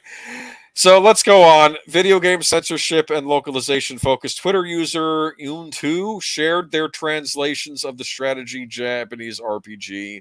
I'm liking it so far. Untu tweeted discussing triangle strategy with other Twitter users. Good gameplay and interesting story. Okay, I have no idea if this is a group or if this is the preferred pronoun. I don't know. Okay, the translators generally do a good job with the formal Japanese translation, but there are some localization. Untu then showed 2 scenes with questionable changes to the original Japanese script. Untu will continue to give examples over the coming days, replying to Twitter user Dragon Master X, quote tweeting another user joking that Agravon from Fate Grand Order Misogyny was peak fiction, who claimed, meanwhile, I've been instructed before to never use the word woman in direct address because it might be offensive to Western audiences. Okay, so let me translate this to you. Apparently, over in Square Enix Japan, there is now an ethics board. And the ethics board now kind of dictates content. Like maybe Tifa, who maybe was a sexier looking character in Final Fantasy VII back in the day, they have to make her look quote unquote more realistic and stuff in the game. That was a big controversy a little while back. But now I guess it's not just applying to the way characters are designed, to nudity and other things, or at least anything that might be considered risque. Now I guess it's now applying to other things like dialogue, and apparently Western audiences take offense to a woman being addressed as a woman. What do you think of that? I think it's ridiculous, but okay. This is where we are. Anyway, Untu seemed to suggest similar restriction had been foisted upon Triangle Strategy localization team. They highlighted a scene where Thalos mocks Cordelia as being impudent, powerless woman in Japanese. Yet in English, it seems to soften Thalias's contempt for being spoken to in such a manner. Okay, so the original dialogue in Japanese, humph, quite impudent coming from a powerless woman. English localization or translation. It appears your impetus is contagious, of Laura. Your charge knows not how powerless she is. Okay. They're probably trying to make it sound medieval. Anyway, Untu continued to showcase the localization, adding additional dialogue when there was none before. One scene in Triangle Strategy after the drought has ended thanks to the efforts of Izana. These are characters' names in the game. The townsfolk seem to be written to be more crass, as if to evoke them being commoners or lower born. Okay, so they end the drought. Okay, and I had a part in this game. In the Japanese, the person in town says, "Ooh, rain! It's raining. It's really started pouring." That's the Japanese version. In the American version, the English translation, well, slap my ass like I was just born. Rain, honest to goodness, rain. Okay. I have very strong feelings about the way things ought to be translated, and this is a little bit triggering for me. You're not liking this so far, are you? No. Okay. In the flashback version of Triangle Strategy, Julio is shown in a flashback learning the king's advisor had betrayed him for money. In Japanese, he appears to quietly monologue to himself over how corrupt the advisor is. In English, it seems he was offered a bribe, which he outright rejects. In Japanese, okay, he says, I had no idea to the extent of the nobility's corruption. He kind of mutters that to himself. It's like a thought bubble type thing. In the English version, he says, coin? I spit on your coin. And so now it actually is now appearing that he was offered a bribe, which isn't really what happened here. He just, anyway, or at least, I don't know. Okay, well, in English, it was seen he was offered a bribe, which he outright rejects. This is a comment in the Twitter storm. Okay, welcome to Western localization, the industry where sentences are made up and the intent doesn't matter. Quipped Whirlwind. They made it quote unquote better. Replied into with yet another example. In Japanese, and Esfronte captain demeans a soldier who was complaining about his orders, reminding him exactly where they came from. In English, rather than relying on rank, he crudely suggests that Archduke wouldn't care for such whining. Okay, Japanese. Ace Frosty Captain. Don't say that. These were Archduke Gustadolf's commands. Okay, so that's the Japanese. And oh, I copied the wrong thing. Okay, let's move on. Sorry about that. But it was a different thing. Okay. Amid two Twitter users discussing when changes were too excessive and when it still conveys the original intent while adding flavor regarding the earlier drought ending scene, Into offered yet another questionable scene in the flashback soldiers questioned Shamanazana and her lover, claiming she used her magic to beguile people. In English, however, she is accused of using magic to terrorize him. So in the Japanese version, it's so you're Azana. You've received claims that you've been leading people astray with dubious magic. Okay, in the English version, it's so you're Azana. We've heard tell of a witch using her dark arts to frighten the peasants into submission. Okay, here's a Twitter user reacting. I'm so effing depressed. We've regressed back to the working designs era where proper accurate translations are non-existent. Shea Brighter lamented that the drought ending scene. Now I'm concerned. I'm not concerned. I didn't pick this up. Yeah, the working designs. That was that Carl Sagan comment I told you. That was more working designs translation. And here we go. It's a good game, and the translation is not all bad and too surprisingly defended. It's just that there are a lot of lines that give off the "I made it better" feel. Returning to their own highlights from the Triangle Strategy showed how potentially controversial scenes were also seemingly censored. Japanese Thalias offered opposing female unit surrender in exchange for what would be interpreted as her becoming his mistress. In English, he instead commended her skills, and his comments could be taken as a monetary bribe. So yeah, the original line was, "What a fine woman, surrendered to Asfrost, and I'll take real good care of you. How about it?" In the English version, it's, "Asfrost could use a woman of your skill. Join us, and I'd personally make it worth your while." So, anyway, it goes on like this. So what it comes down to is, and I think you're absolutely right with that comment about it comes off as I improved it. If you are translating, it's not your job to improve it, okay? And especially I've seen this with Japanese, not just whether it's games or movies, anime, whatever. There's two different kinds of translation, okay? And I would argue one of them isn't even a translation. If you take, for example, going back to my childhood, I don't remember what the Japanese name for it was, but it became Battle of the Planets here in the United States. And it was about a group of kids that dressed as birds, and they fought bad guys in a space battle, kind of Star Wars-ish, right? But it was highly edited.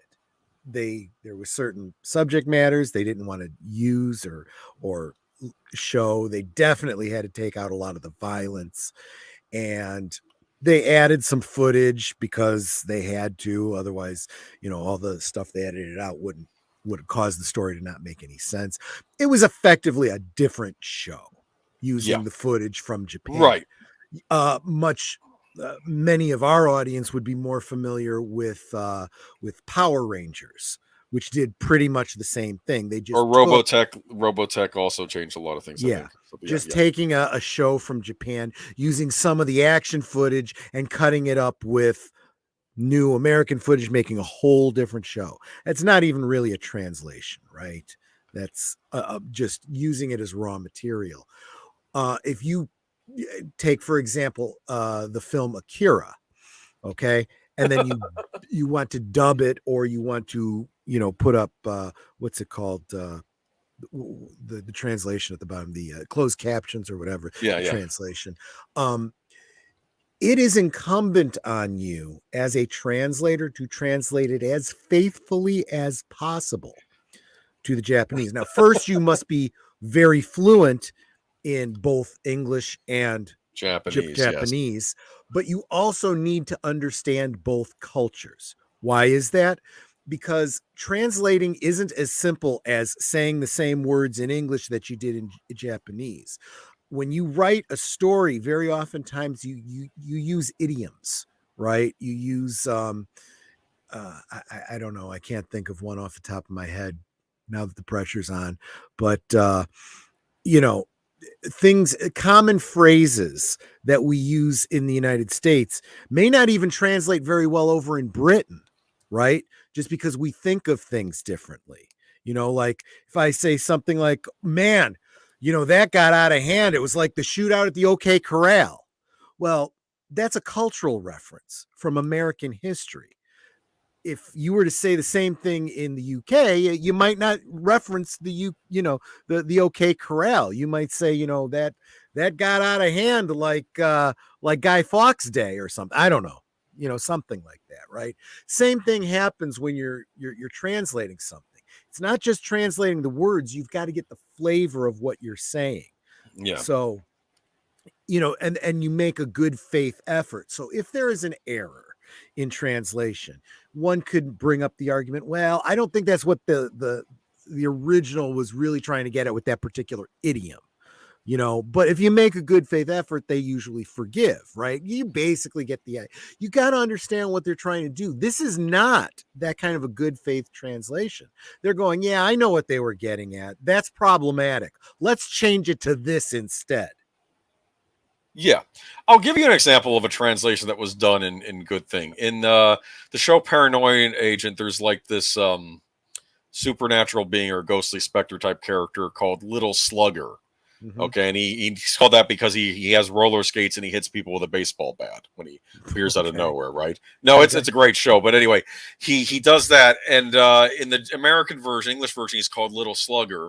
In the Japanese version, it's called Shonen Bat, which translates the Bat Boy. Now, the trouble is calling him Bat Boy in the American version, that would make you think of Batman or something like that. So I think they wanted to use a different thing. Oh, no. There is a Bat Boy in pop culture in there you the go. US, That's probably why. Which is literally that urban legend of the Bat Boy that, is being hidden away by some family. And there you go. That's probably why they didn't want to do the Weekly World News or whatever, the tabloids. Yeah, exactly. So they called him.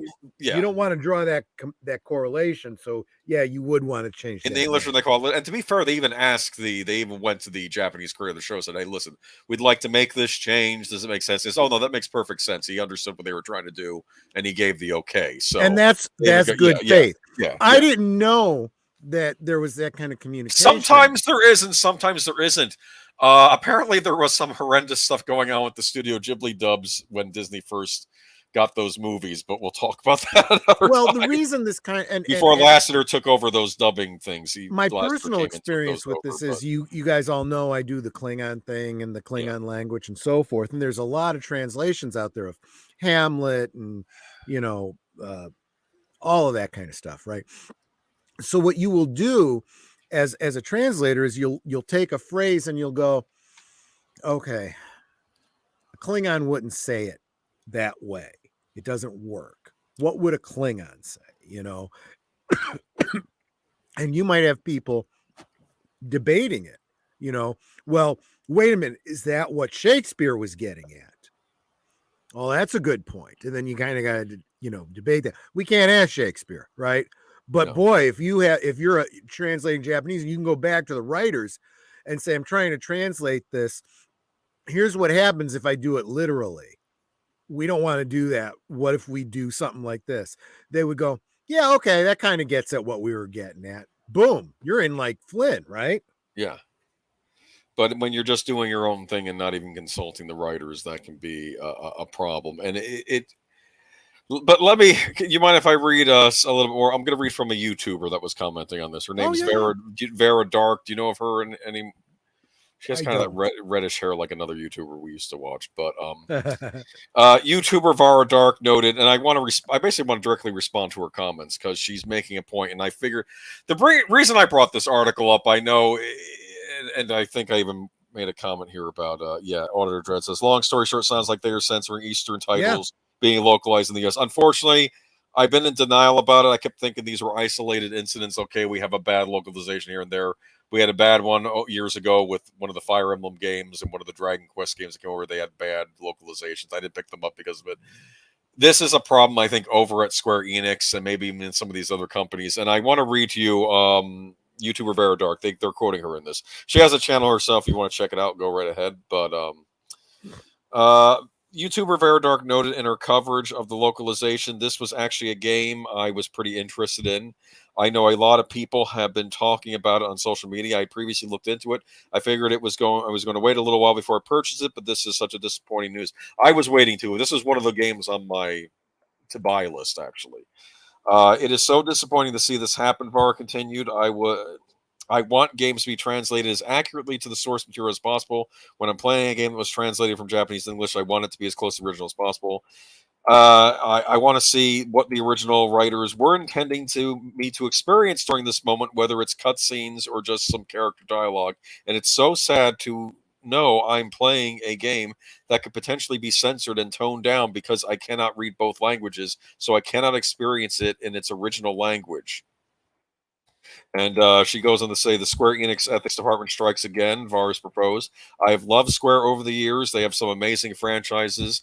But with every new release, we're seeing situations like this. There's dialogue being altered, character outfits or models being toned down. It makes me not want to support them anymore. It's so sad to see this happening time and again because you hope that with their next release they're going to change. Maybe the ethics department will just leave this game alone. But no, it's getting worse and worse as time goes by.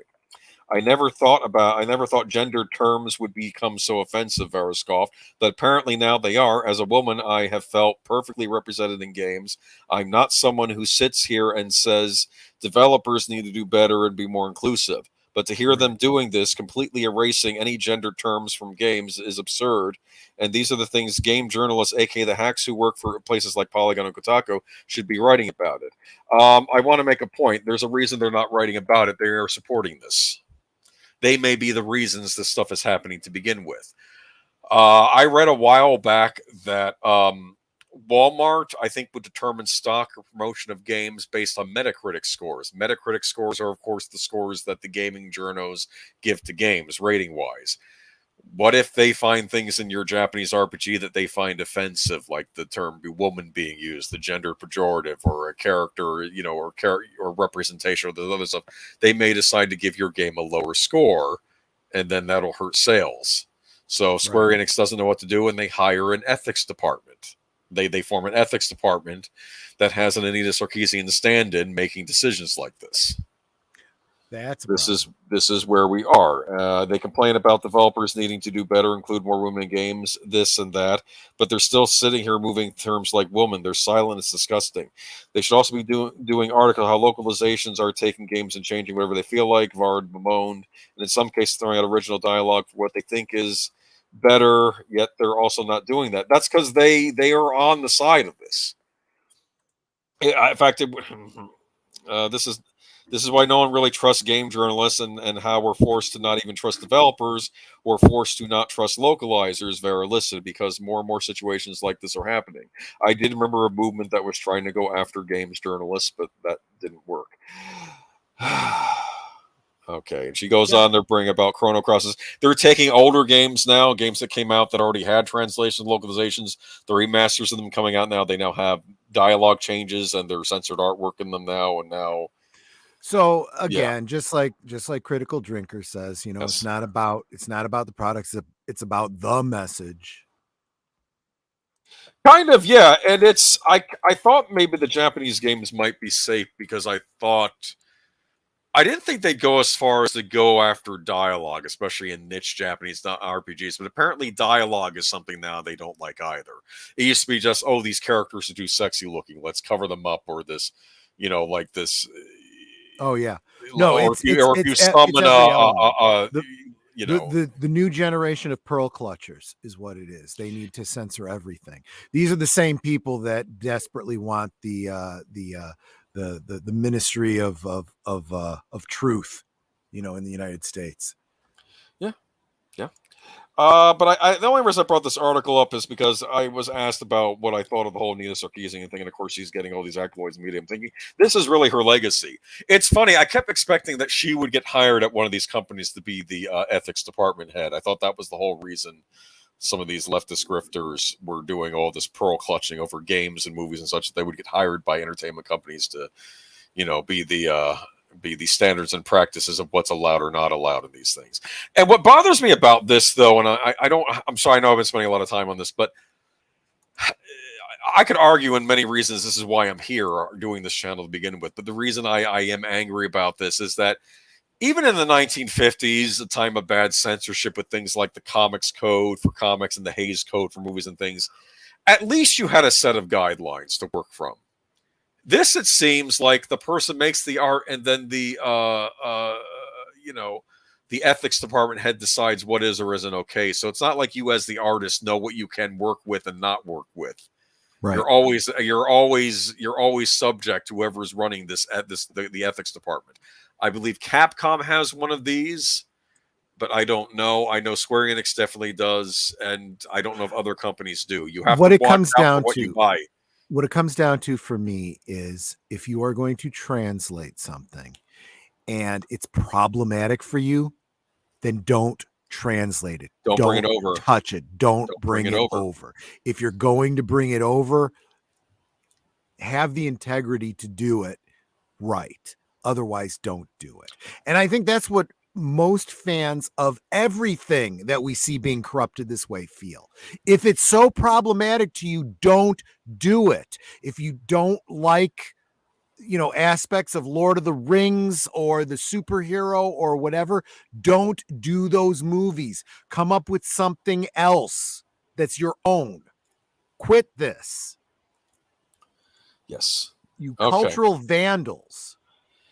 Yeah, and that's not only that, but it's vandalism of something being made in Japan. Now, I don't know if the stuff coming out in Japan, I don't know, like when they censor the artwork, if that also comes out censored in Japan. I think the dialogue's left alone because they just have the Japanese people write that themselves. Maybe they don't worry about that over there as much. But this is not good, and it's kind of funny because I remember they used to attack bad localizations like the Working Designs localizations and other things like Final Fantasy IV or AK2 on the Super Nintendo is notorious for having a very bad localization over here in the United States or North America, I should add.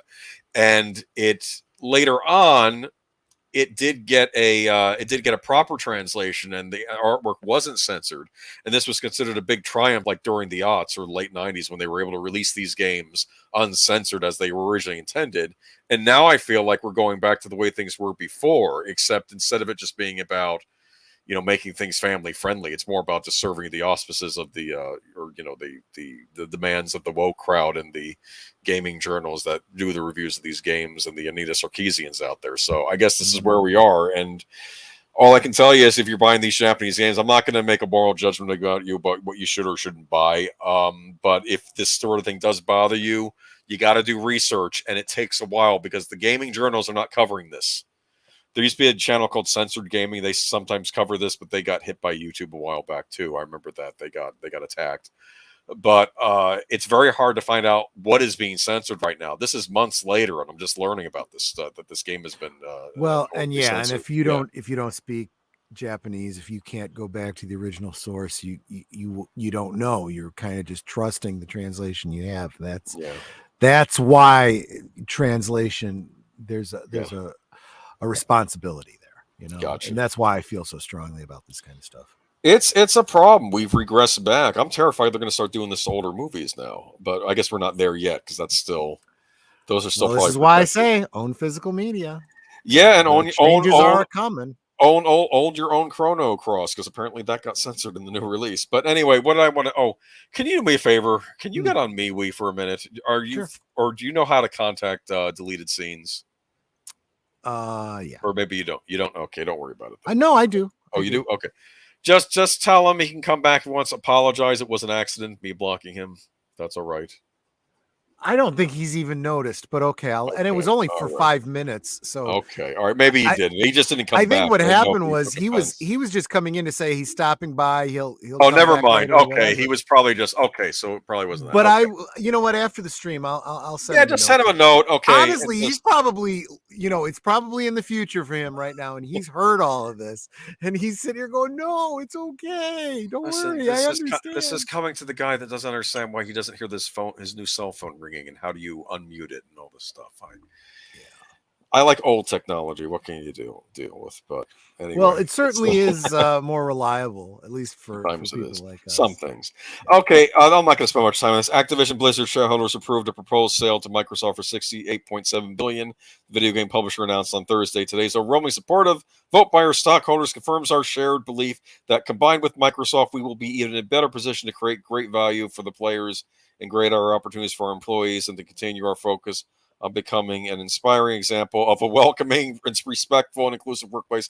Activision Blizzard CEO Bobby Kotick said in his statement, "Take the money and run already, Bobby." Okay, this is just during Activision's special meeting Thursday. Over 98% of shares voted in favor of the proposed transaction.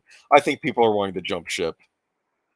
Microsoft announced its plans to quit $95 per share in all cash transaction. Okay, that's interesting. An all cash transaction. Maybe not. I guess what else would they use, right?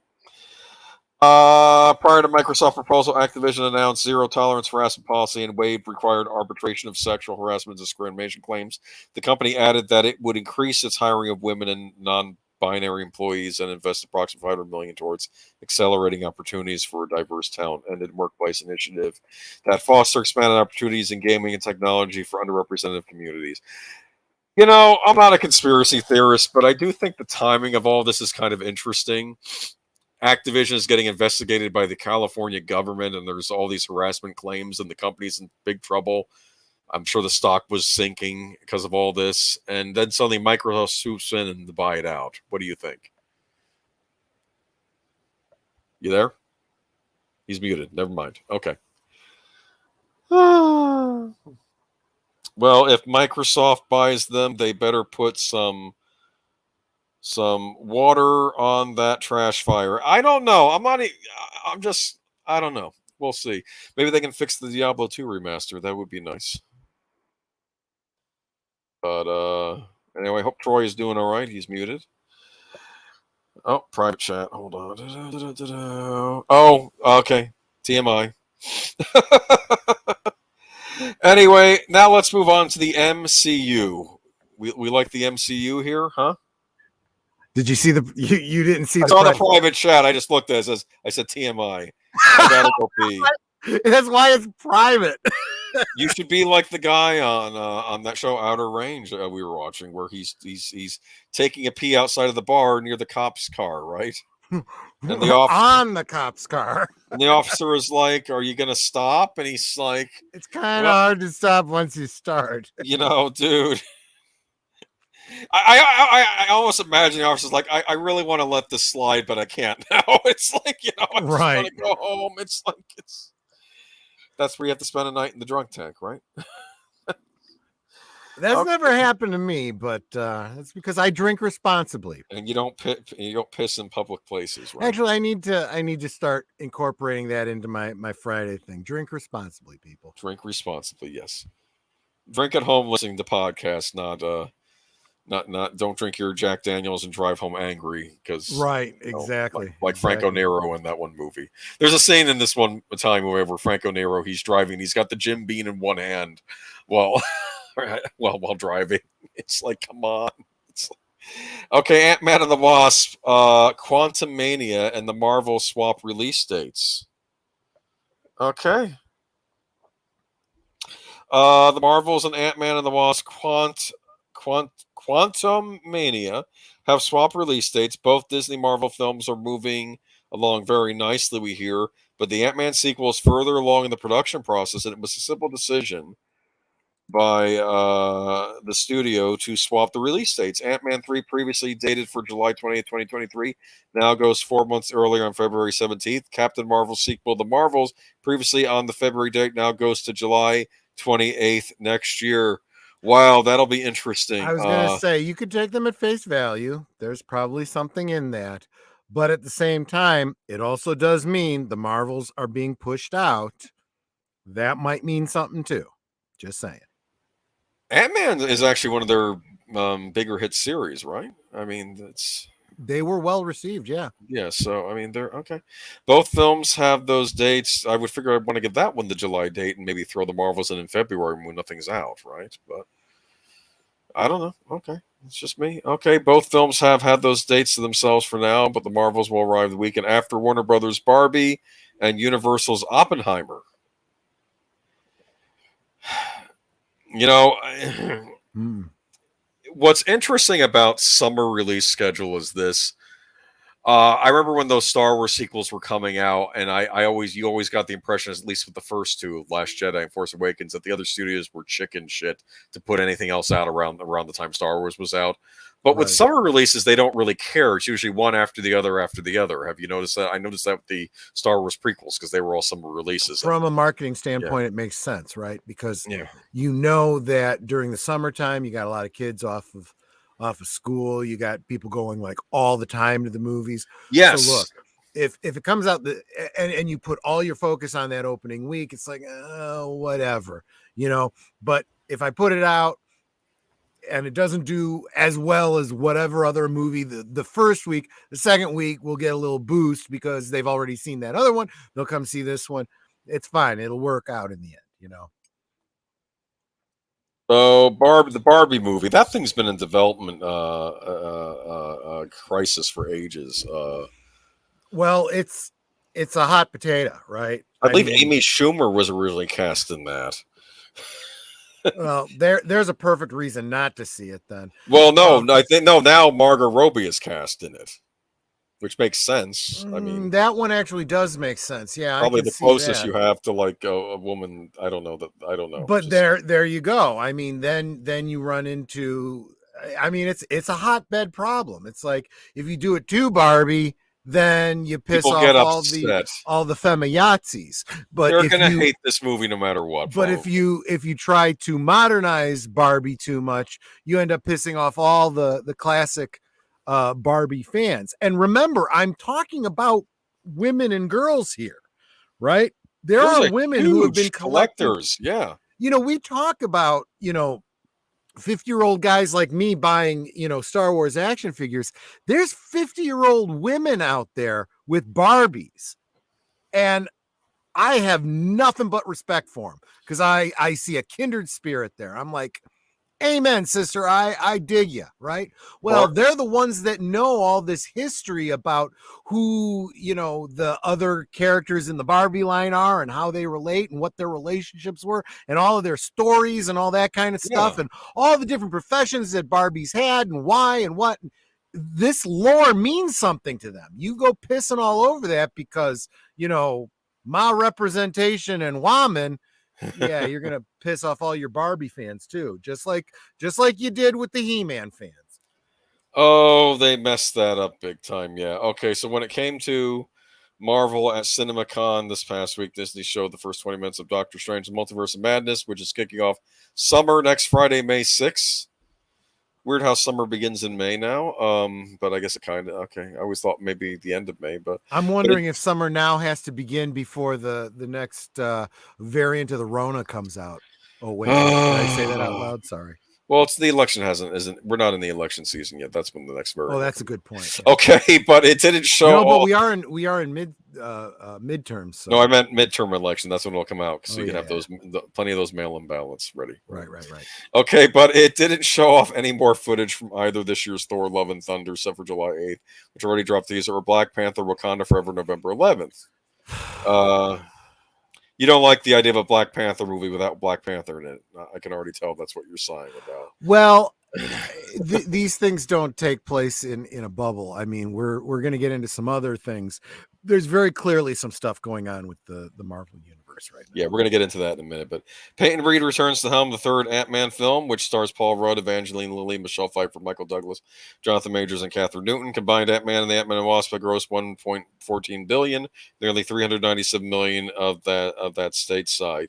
You know what I'm thinking? Maybe it's just a coincidence that they had to switch these dates, but maybe they're trying to keep some momentum going because you can have Ant-Man and then coming right after. I suspect a Thor movie and a Doctor Strange movie. Even though I'm again, I say you could take them at face value. There's probably something in that. There's also the Quantum Mania probably ties directly into the Multiverse of Madness and all that kind of stuff. And Marvel's may not matter when they come out in relationship to the other films. Maybe. All right, Hawkeye and Moon Knight get disappointing season 2 updates. I didn't know much how Hawkeye turned out. I know people have been screaming about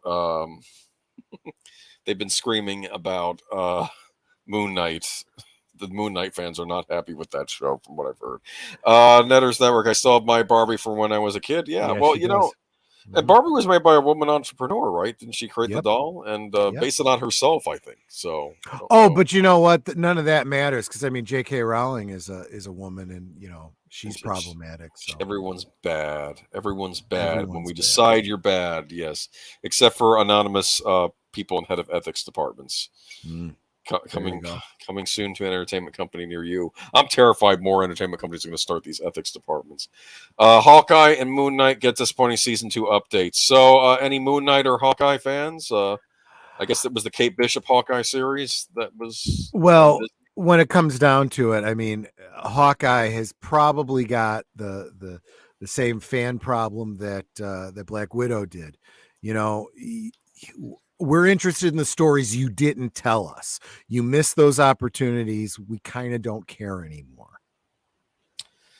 Yeah. Disney all but confirms that there's no plans to develop a second season of both Hawkeye and Moon Knight. What? Yeah. As reported by Variety, Marvel Studios is in the process of submitting its latest batch of Disney Plus series for a variety of Emmy Awards. Similar to WandaVision, both Hawkeye and Moon Knight have been submitted for a limited series category, suggesting that the shows would not continue into season 2. Contrastly, while Marvel Studios had initially intended to submit Loki into the same category, the plan was changed due to the confirmation that Tom Hiddleston's mischievous god would return in season 2. Loki season 2, where he fights himself all the time, right? As per the... You're thinking that these are not what you wanted them to be for Marvel television series. You know what's interesting? Was the whole point of the Hawkeye series introduce Kate Bishop so they could do that all-female Avengers they keep hinting at?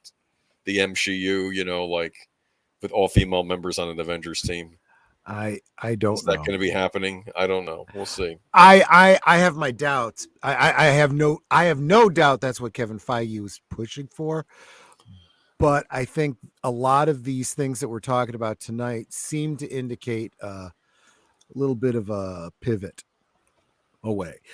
I think things are changing. I think they're realizing that they have a problem because they're not making the kind of money and getting the hype that the earlier phases did.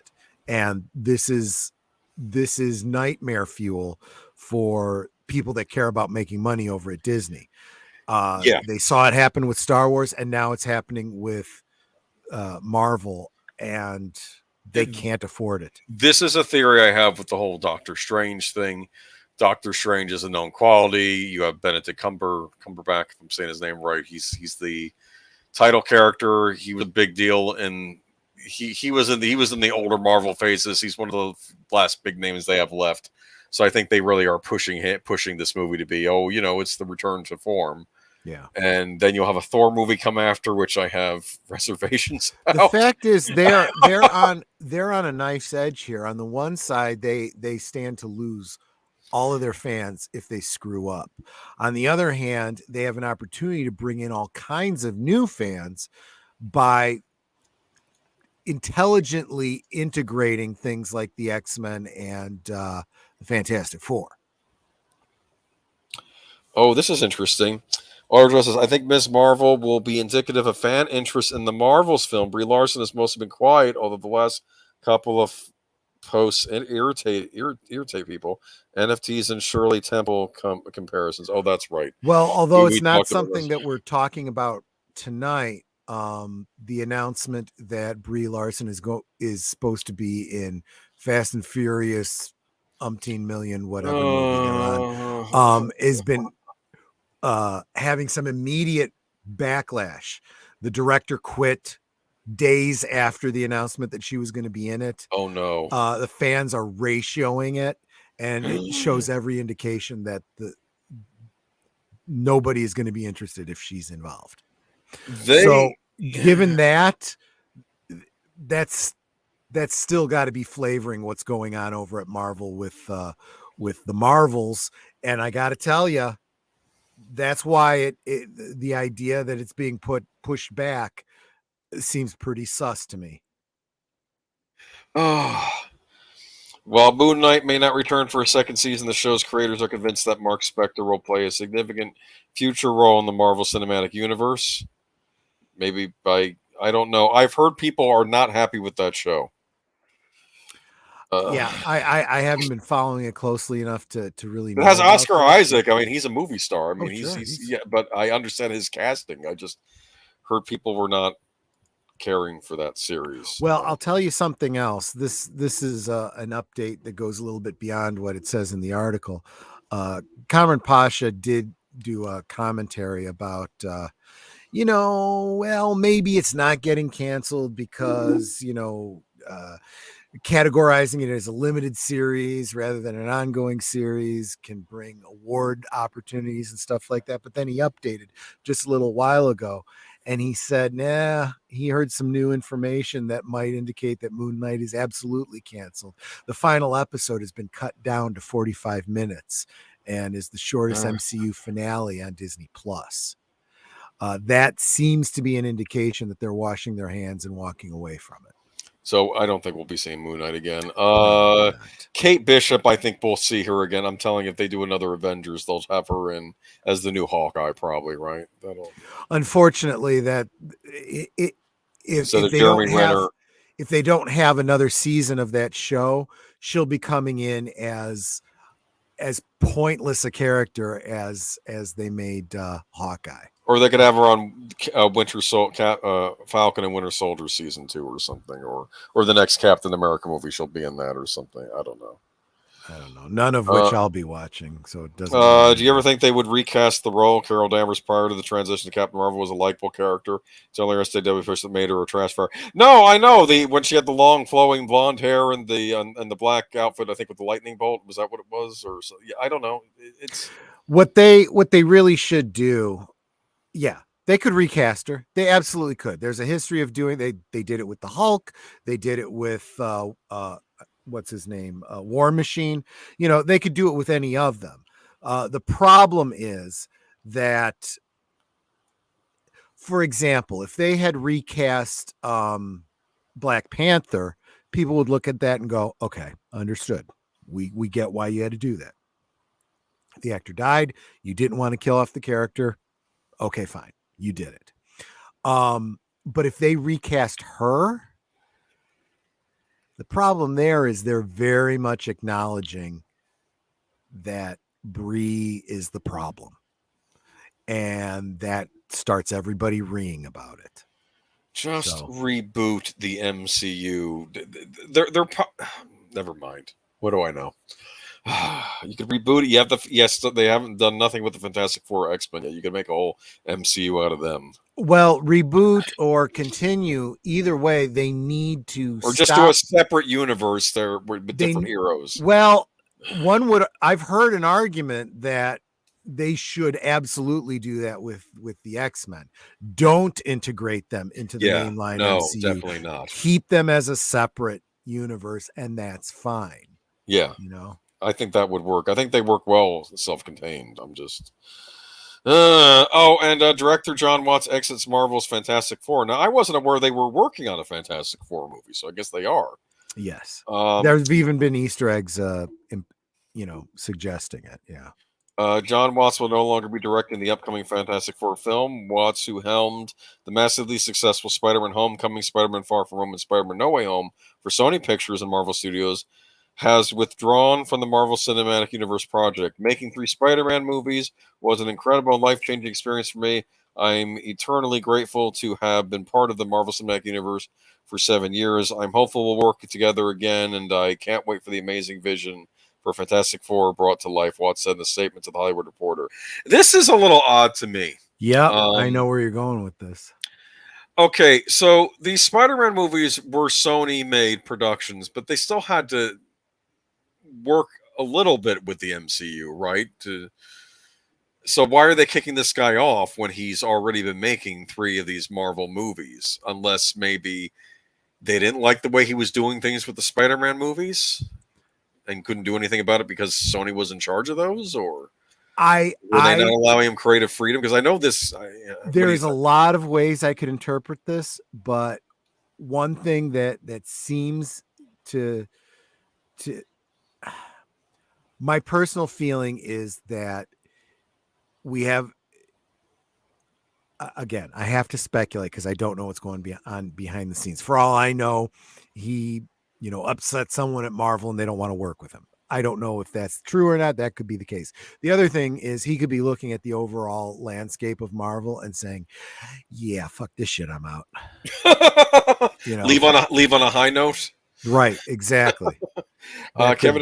Kevin Feige, Marvel Studios president, co-president Louis D'Esposito, said in a statement, "Collaborating with John on 3 of the Spider-Man films has been a true pleasure. We're looking forward to continuing our work with him to bring the Fantastic Four in the MCU, but understand and are supportive of his reasons for stepping away. Optimistic that we will have the opportunity to work together again at some point down the road." Now, I will say this, whatever I say about these two, this is the smart way to maybe end a relation. Just be very respectful, because you may eventually change your mind and want. Well, that's typical Hollywood. It's nobody gets fired. They're going on to other projects. And not anonymous Lucasfilm representative says somebody was let go, which I like I said, it may have been true that they were trying to separate Gina Carano's contract, but I don't think they were going to make it public. I think they were going to let her know privately. But they wouldn't have made a big splash about it to destroy her career. We think that was someone anonymous who we suspect, no proof, was Pablo Hidalgo that brokered that to the press, right? Isn't that what was mentioned? Exactly. Okay. All right.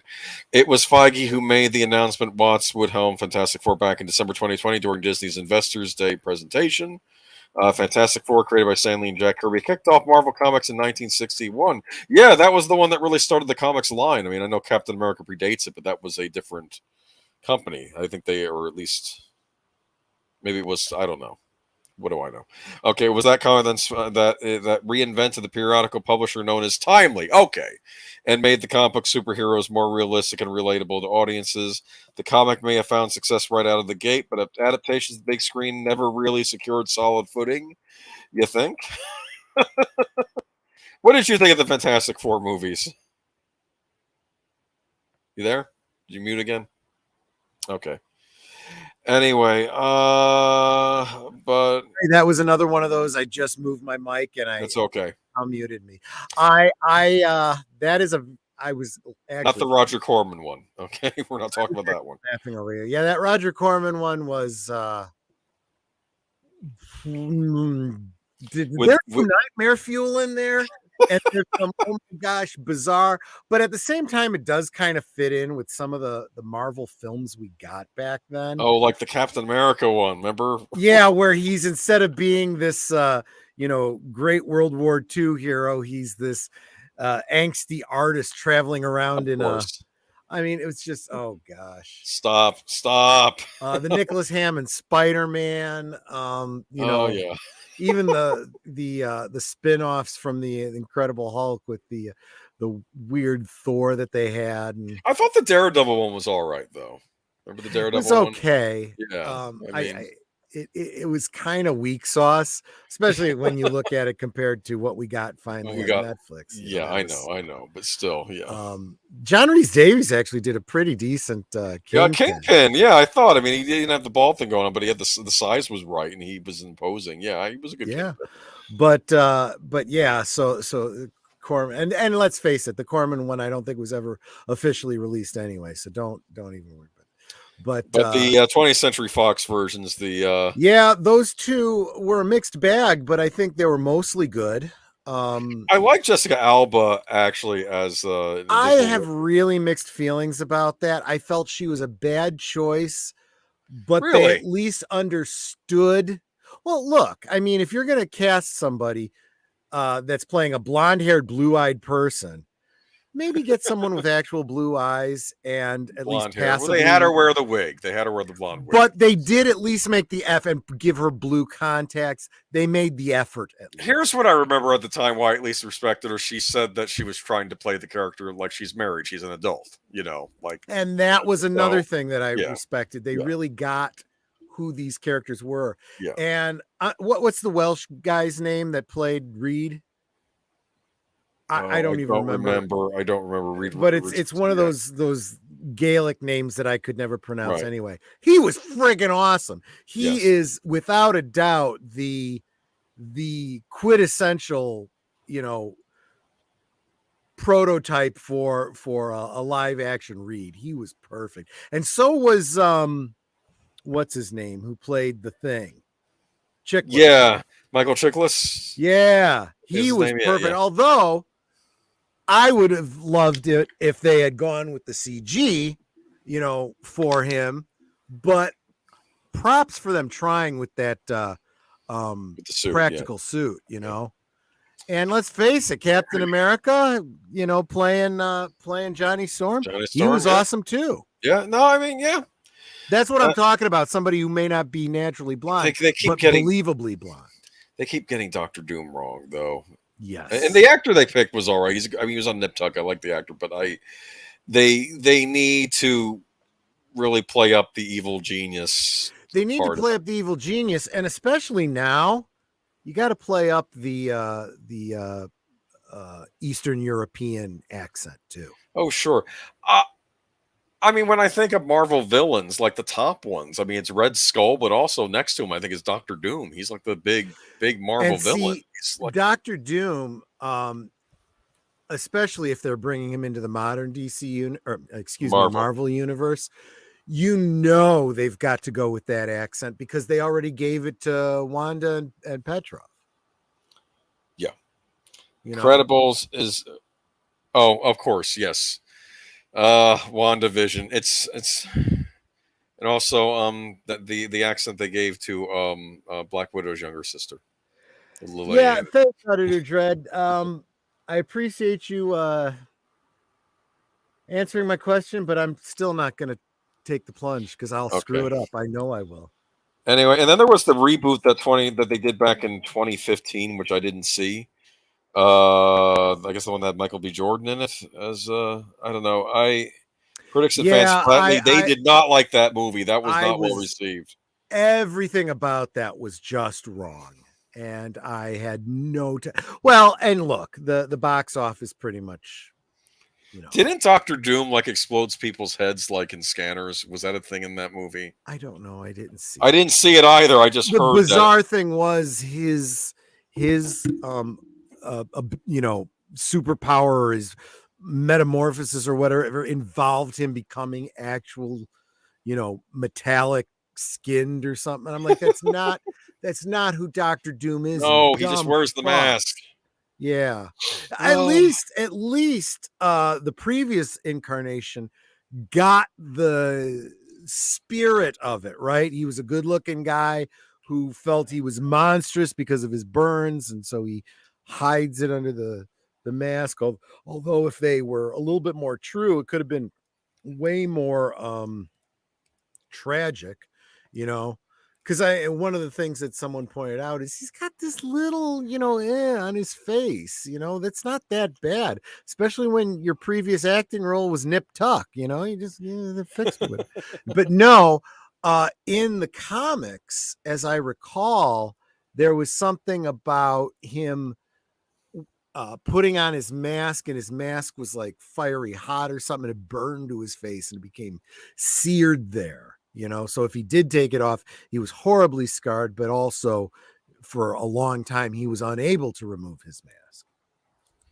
Okay. So that's awkward. There's probably and there's probably a way you could play that up and Hard to eat and round out pancakes. the Hard to eat stories. pancakes that way, right? I'm just saying. I mean, you know. That's why he's so angry. Well, it's at least part of it. That's absolutely right. But it's funny they had the other thing that I don't think any of these versions ever covered is I don't know if he may or may not be this when he starts out, but he's the ruler of a country. Yeah, so an Eastern European country. Right? One of the big stories that comes up all the time is that if he commits some sort of, crime, you can't just arrest him. He's got diplomatic immunity in the United States. Yeah. You'd have to try bringing him up in an international court, and the international courts are all, globalist, psychopaths. So, I mean, again, we've got to state I'm sure certain nations would say the opinions of Troy Pacelli do not necessarily reflect on Aged Boomer, his channel, or Geeky Geezers as a whole. No, I'm sure a certain commission. I'm sure he'd be head of the Human Rights Commission in the US. Absolutely, in the Marvel universe, that would be exactly right. They'd be yelling at the Avengers for not. Right. Yeah. The Red Skull goes missing, so Dr. Doom takes over. I went against the German party when I was running. I was trying to bring the world to peace, and and every now and again they tried to tighten up the story with Dr. Doom by, he doesn't care about what's going on outside the rest of the world. I'm here just for Latveria. Latveria for Latverians, and all the rest of you can go F off, Hey, I can respect that, right? Yeah. No, if I like Latveria, I don't know. It's funny. That wall. No. On Venture Brothers, that cartoon, they had a Dr. Doom stand-in. His name was Baron Underbite. Baron Underbite. He had like a metal jaw underneath. He's funny. I don't know. It's just you could tell he was supposed to be the Dr. Doom stand-in. It's okay. Elon Musk to acquire Twitter. I'm not going to spend too much time on this, but San Francisco, April 25th, Newswire, Twitter. Okay, to announce that it has entered into a definitive agreement to acquire by an entity wholly owned by Elon Musk. Okay. So he's ruling the roost. Somebody asked me in a, for a political opinion on this, is he going to do what he says he's going to do and turn it into a more of a free speech platform and, get rid of some of the toxicity? And I said, look, I've got some strong opinions about Elon Musk. He's a flim-flam man. He's like a Professor Harold Hill, right? He comes in with lots of promises that he doesn't follow through on. But I think that if he were to do nothing at all, he's already making good on the promise, right? Just by the announcement that he was buying it. You see all kinds of craziness going on at Twitter behind the scenes, and people that were banned the bans being lifted and the shadow bans going away. And, they're locking down the code to prevent rogue agents from screwing it up or whatever. And a lot of people getting all bent out of shape, talks of people losing their jobs. And then you got all these left-wing loonies saying, I refuse to support fascism. I'm leaving Twitter. And everyone going, don't let the door hit you in the ass. And everyone's going, oh, it's so much better place after these people leave. So he doesn't even have to do anything. And it's a problem that takes care of itself. But if he does want to do something, all he's got to do is crank back the code to where it was 5 years ago. Twitter is at rock bottom. It can literally only go up from here. I'm not going to argue that. He's kind of onto something there. Yeah. You know what? What was it? Someone was saying. Oh, they were saying Jack Dorsey. Yeah, that's what I heard. One person commented they think Jack Dorsey wants out, and this is a good way for him to get out of there. Just to let someone come in, he could probably take the money and run. I think that was. Well, I also feel like Jack Dorsey is not the villain that I think he's being painted to be. Right. I think he has been very uncomfortable with Yeah, this yes. idea of Twitter being this censorship platform. Yeah. Which, if anyone wants to debate that with me, the evidence I point to is that you've got Facebook and all the other platforms out there, YouTube and whatnot. Twitter is probably the least bad of all of them. So, but what happens? You have someone come in and say, and point out the elephant in the room. Hey, look, there's an elephant in the room. And everyone freaks out about it. He comes in and says, look, this censorship is bad. I'm going to buy it and undo that. The reaction that people have had speaks louder than anything Elon Musk has said. And the reaction from the Biden administration is, like a bomb going off. Well, we thought we had control over the social medias. If we don't anymore, now we're going to do something, through executive edict. The Ministry of Truth. The Ministry of Truth. Exactly. I don't know what they're calling, whatever they're calling it. No, I forgot what they That's everybody's calling it unpopular, yeah. But all it is they're using other words that mean the same thing. They're literally calling it the Ministry of Truth, just using, words with similar meanings. It's like, I'm sorry. I thought there was no truth. There's my truth and your truth, right? Well, that's what you've been selling the problem, right?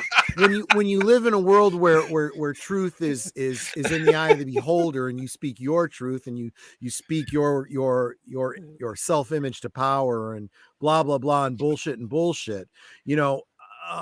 What was it I said earlier? It's we don't learn from history, we rewrite history to justify our mistakes or something. Or, I don't know. Justify making the same mistakes over again. Yes, no, that's exactly it. Yeah. And that's just it. Even history, something that actually happened, truthfully happened. No, it didn't. That's not what the Civil War was about. That's not what that law means. That's not what happened at the Battle of Trafalgar. Whatever. Addicted to Twitter. They say that they're going. Yeah, no, that's the other side of that coin, Mr. Matchstick. And I was thinking that too. I wonder if these are the same kind of people that say, if so-and-so wins this election, I'm moving to Canada, I'm moving overseas or whatever. And then they never fucking do it, right? In fact, I would argue, for those of you expressing certain opinions on Twitter that now feel you have the freedom to do so, you might have more protection from the company, but you don't necessarily have protection from the mob out there. So just watch yourself. Well, look. They may be acting even more nuts now because of this. I think we have a very intelligent group of listeners. We probably don't need to say this, but just because I like to hear myself talk, I'm going to say it anyway. You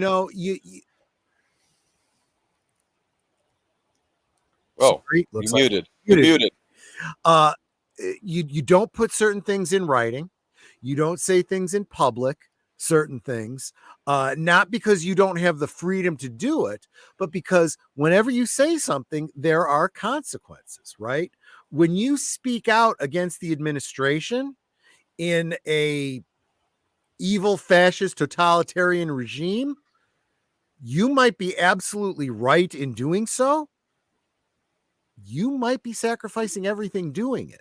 Now, if you do that, knowing that, and you're willing to do that because you believe it's what's right, and you hope to be, I don't know, the guy that Emily sets himself on fire over Tibet, or stands in front of a tank in Tiananmen Square, or whatever it is, okay.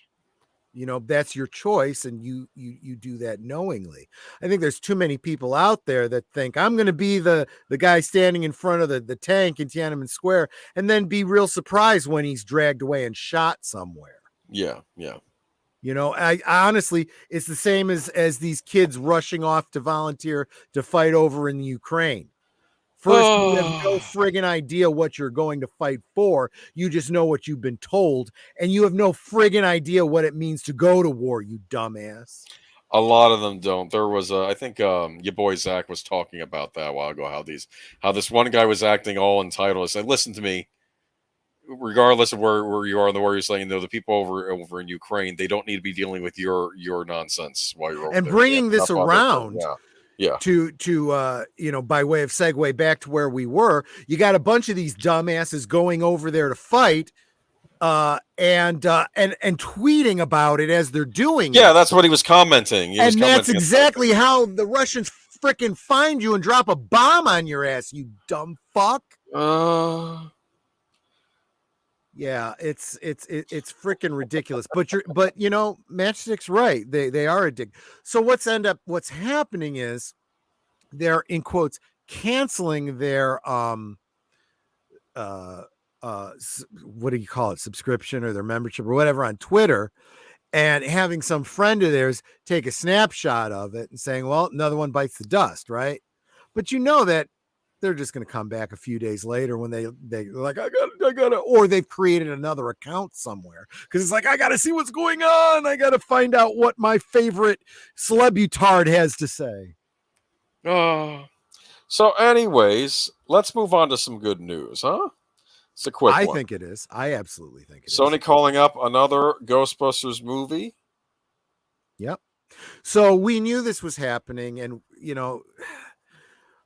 anyone who's looking at the business and sees how well Ghostbusters Afterlife is doing, as I've said, how the marketing is doing.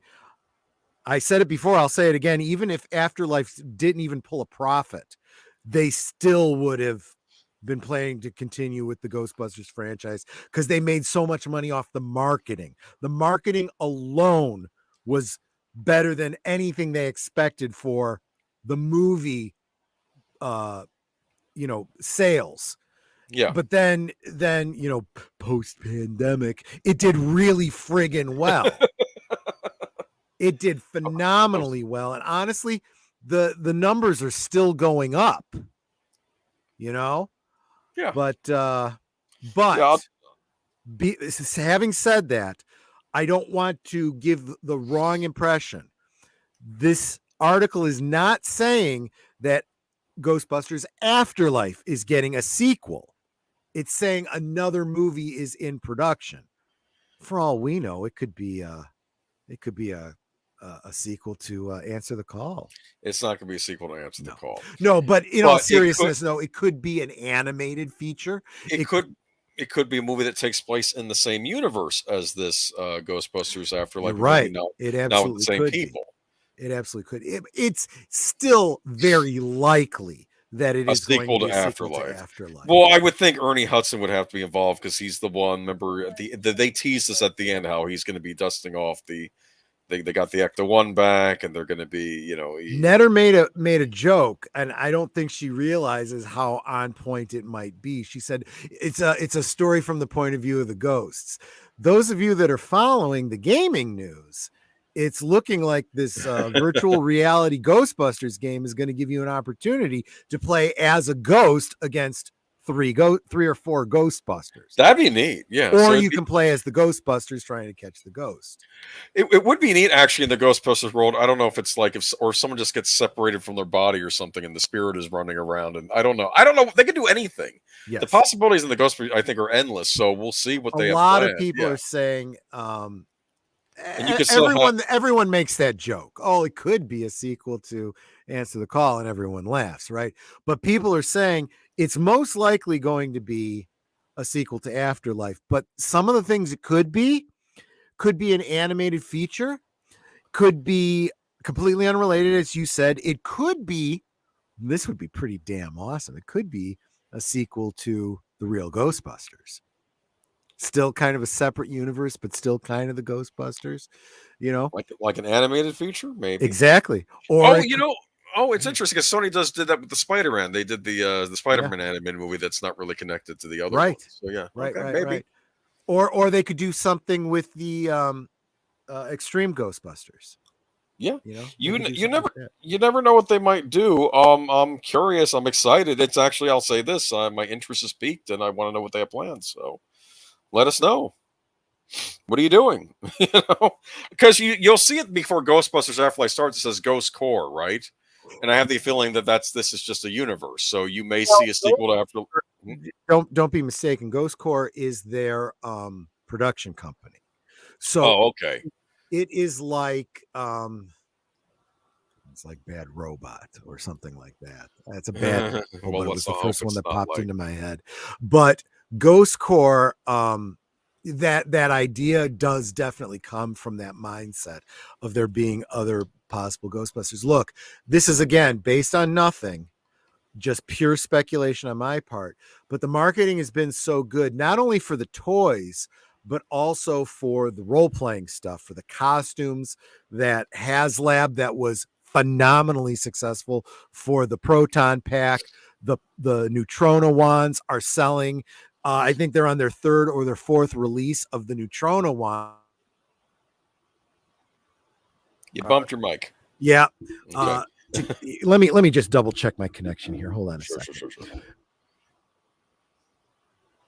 Damn it. Okay. I'm not touching anything. Okay. All right. But the sales on the Neutrona wands spiked so much when the HasLab was happening for the proton pack, they had to re-release it. And it was a limited re-release and they sold out. And now I just saw yesterday, back in stock, another pre-order set for Neutrona wands. So these things are selling hand over fist. I think there's enough people buying this stuff and putting together Ghostbuster costumes and stuff and whatnot that it would be absolutely advantageous to them to open up the universe to, oh, well, there's Ghostbusters Chicago and there's Ghostbusters, because real world, the fans are doing that anyway.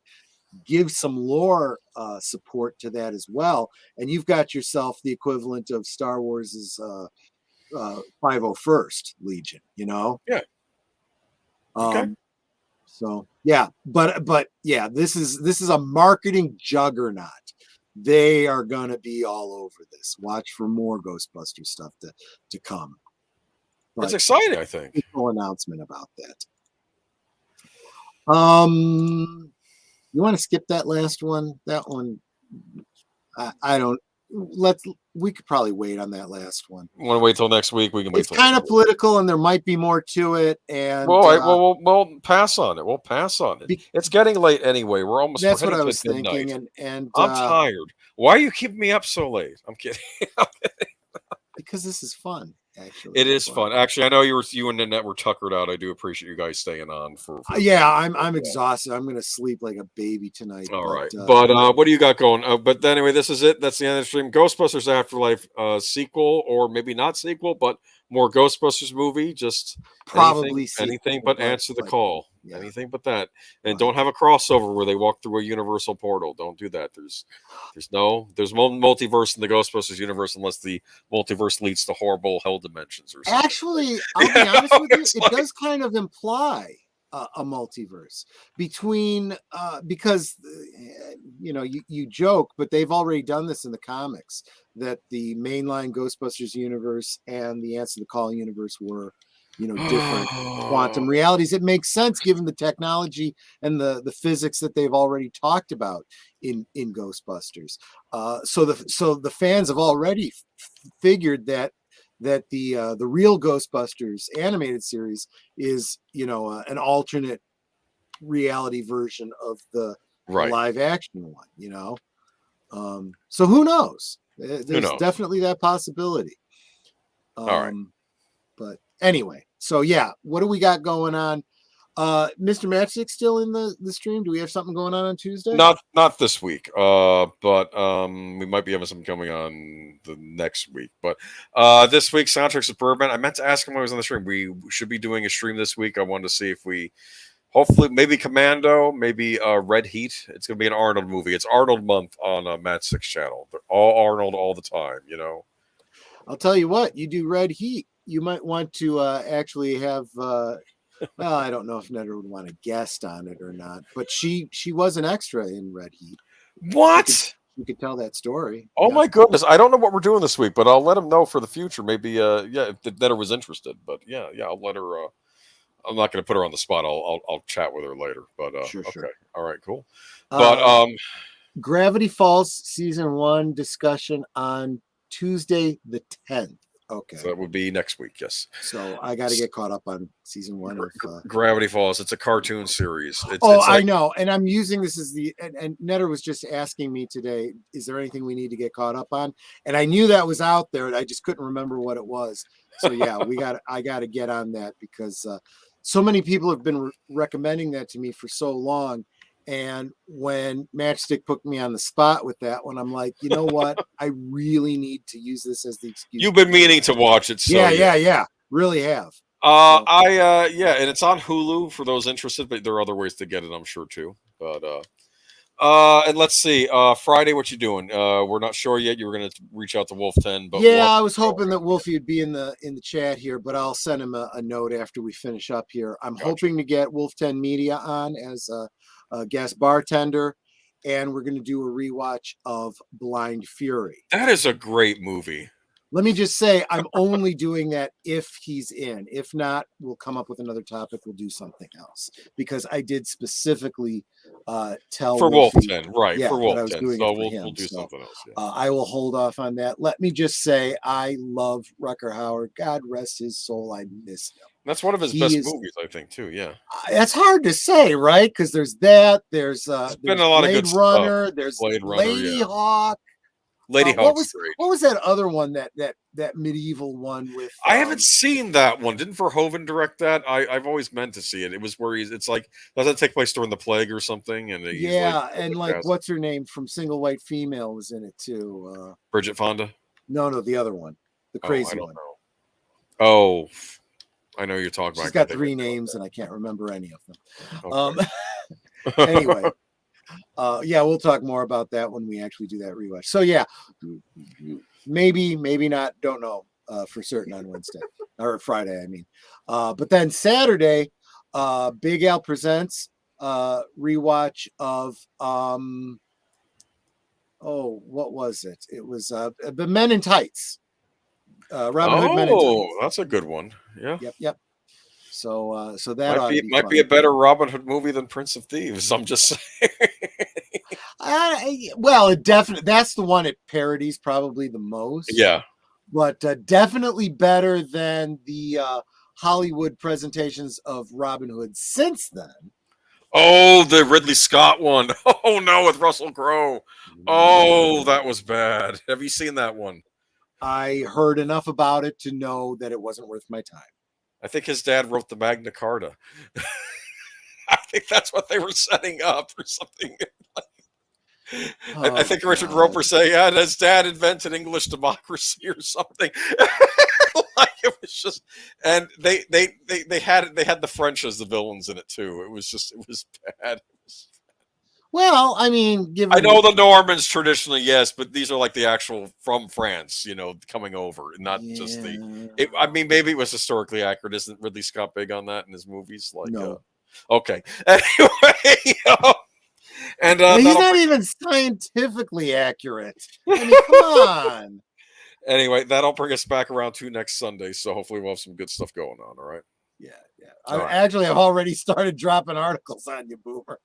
Yeah, well, I got the one about the Wonder Woman story, so we'll learn about that next week. Yeah. So okay, that would have fit in probably pretty well with the other DC stuff. We got enough. I need time to look into it. Yeah. Yeah.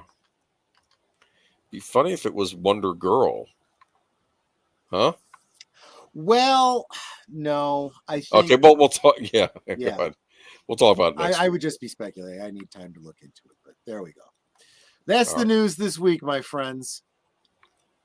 Bye-bye. Y'all have a good week, and thank you for tuning in. I appreciate it. Take care, everyone. And, if you like this show, be sure to subscribe if you haven't already, and hit that notification bell. All right. Thanks, everyone. Take care. Bye-bye.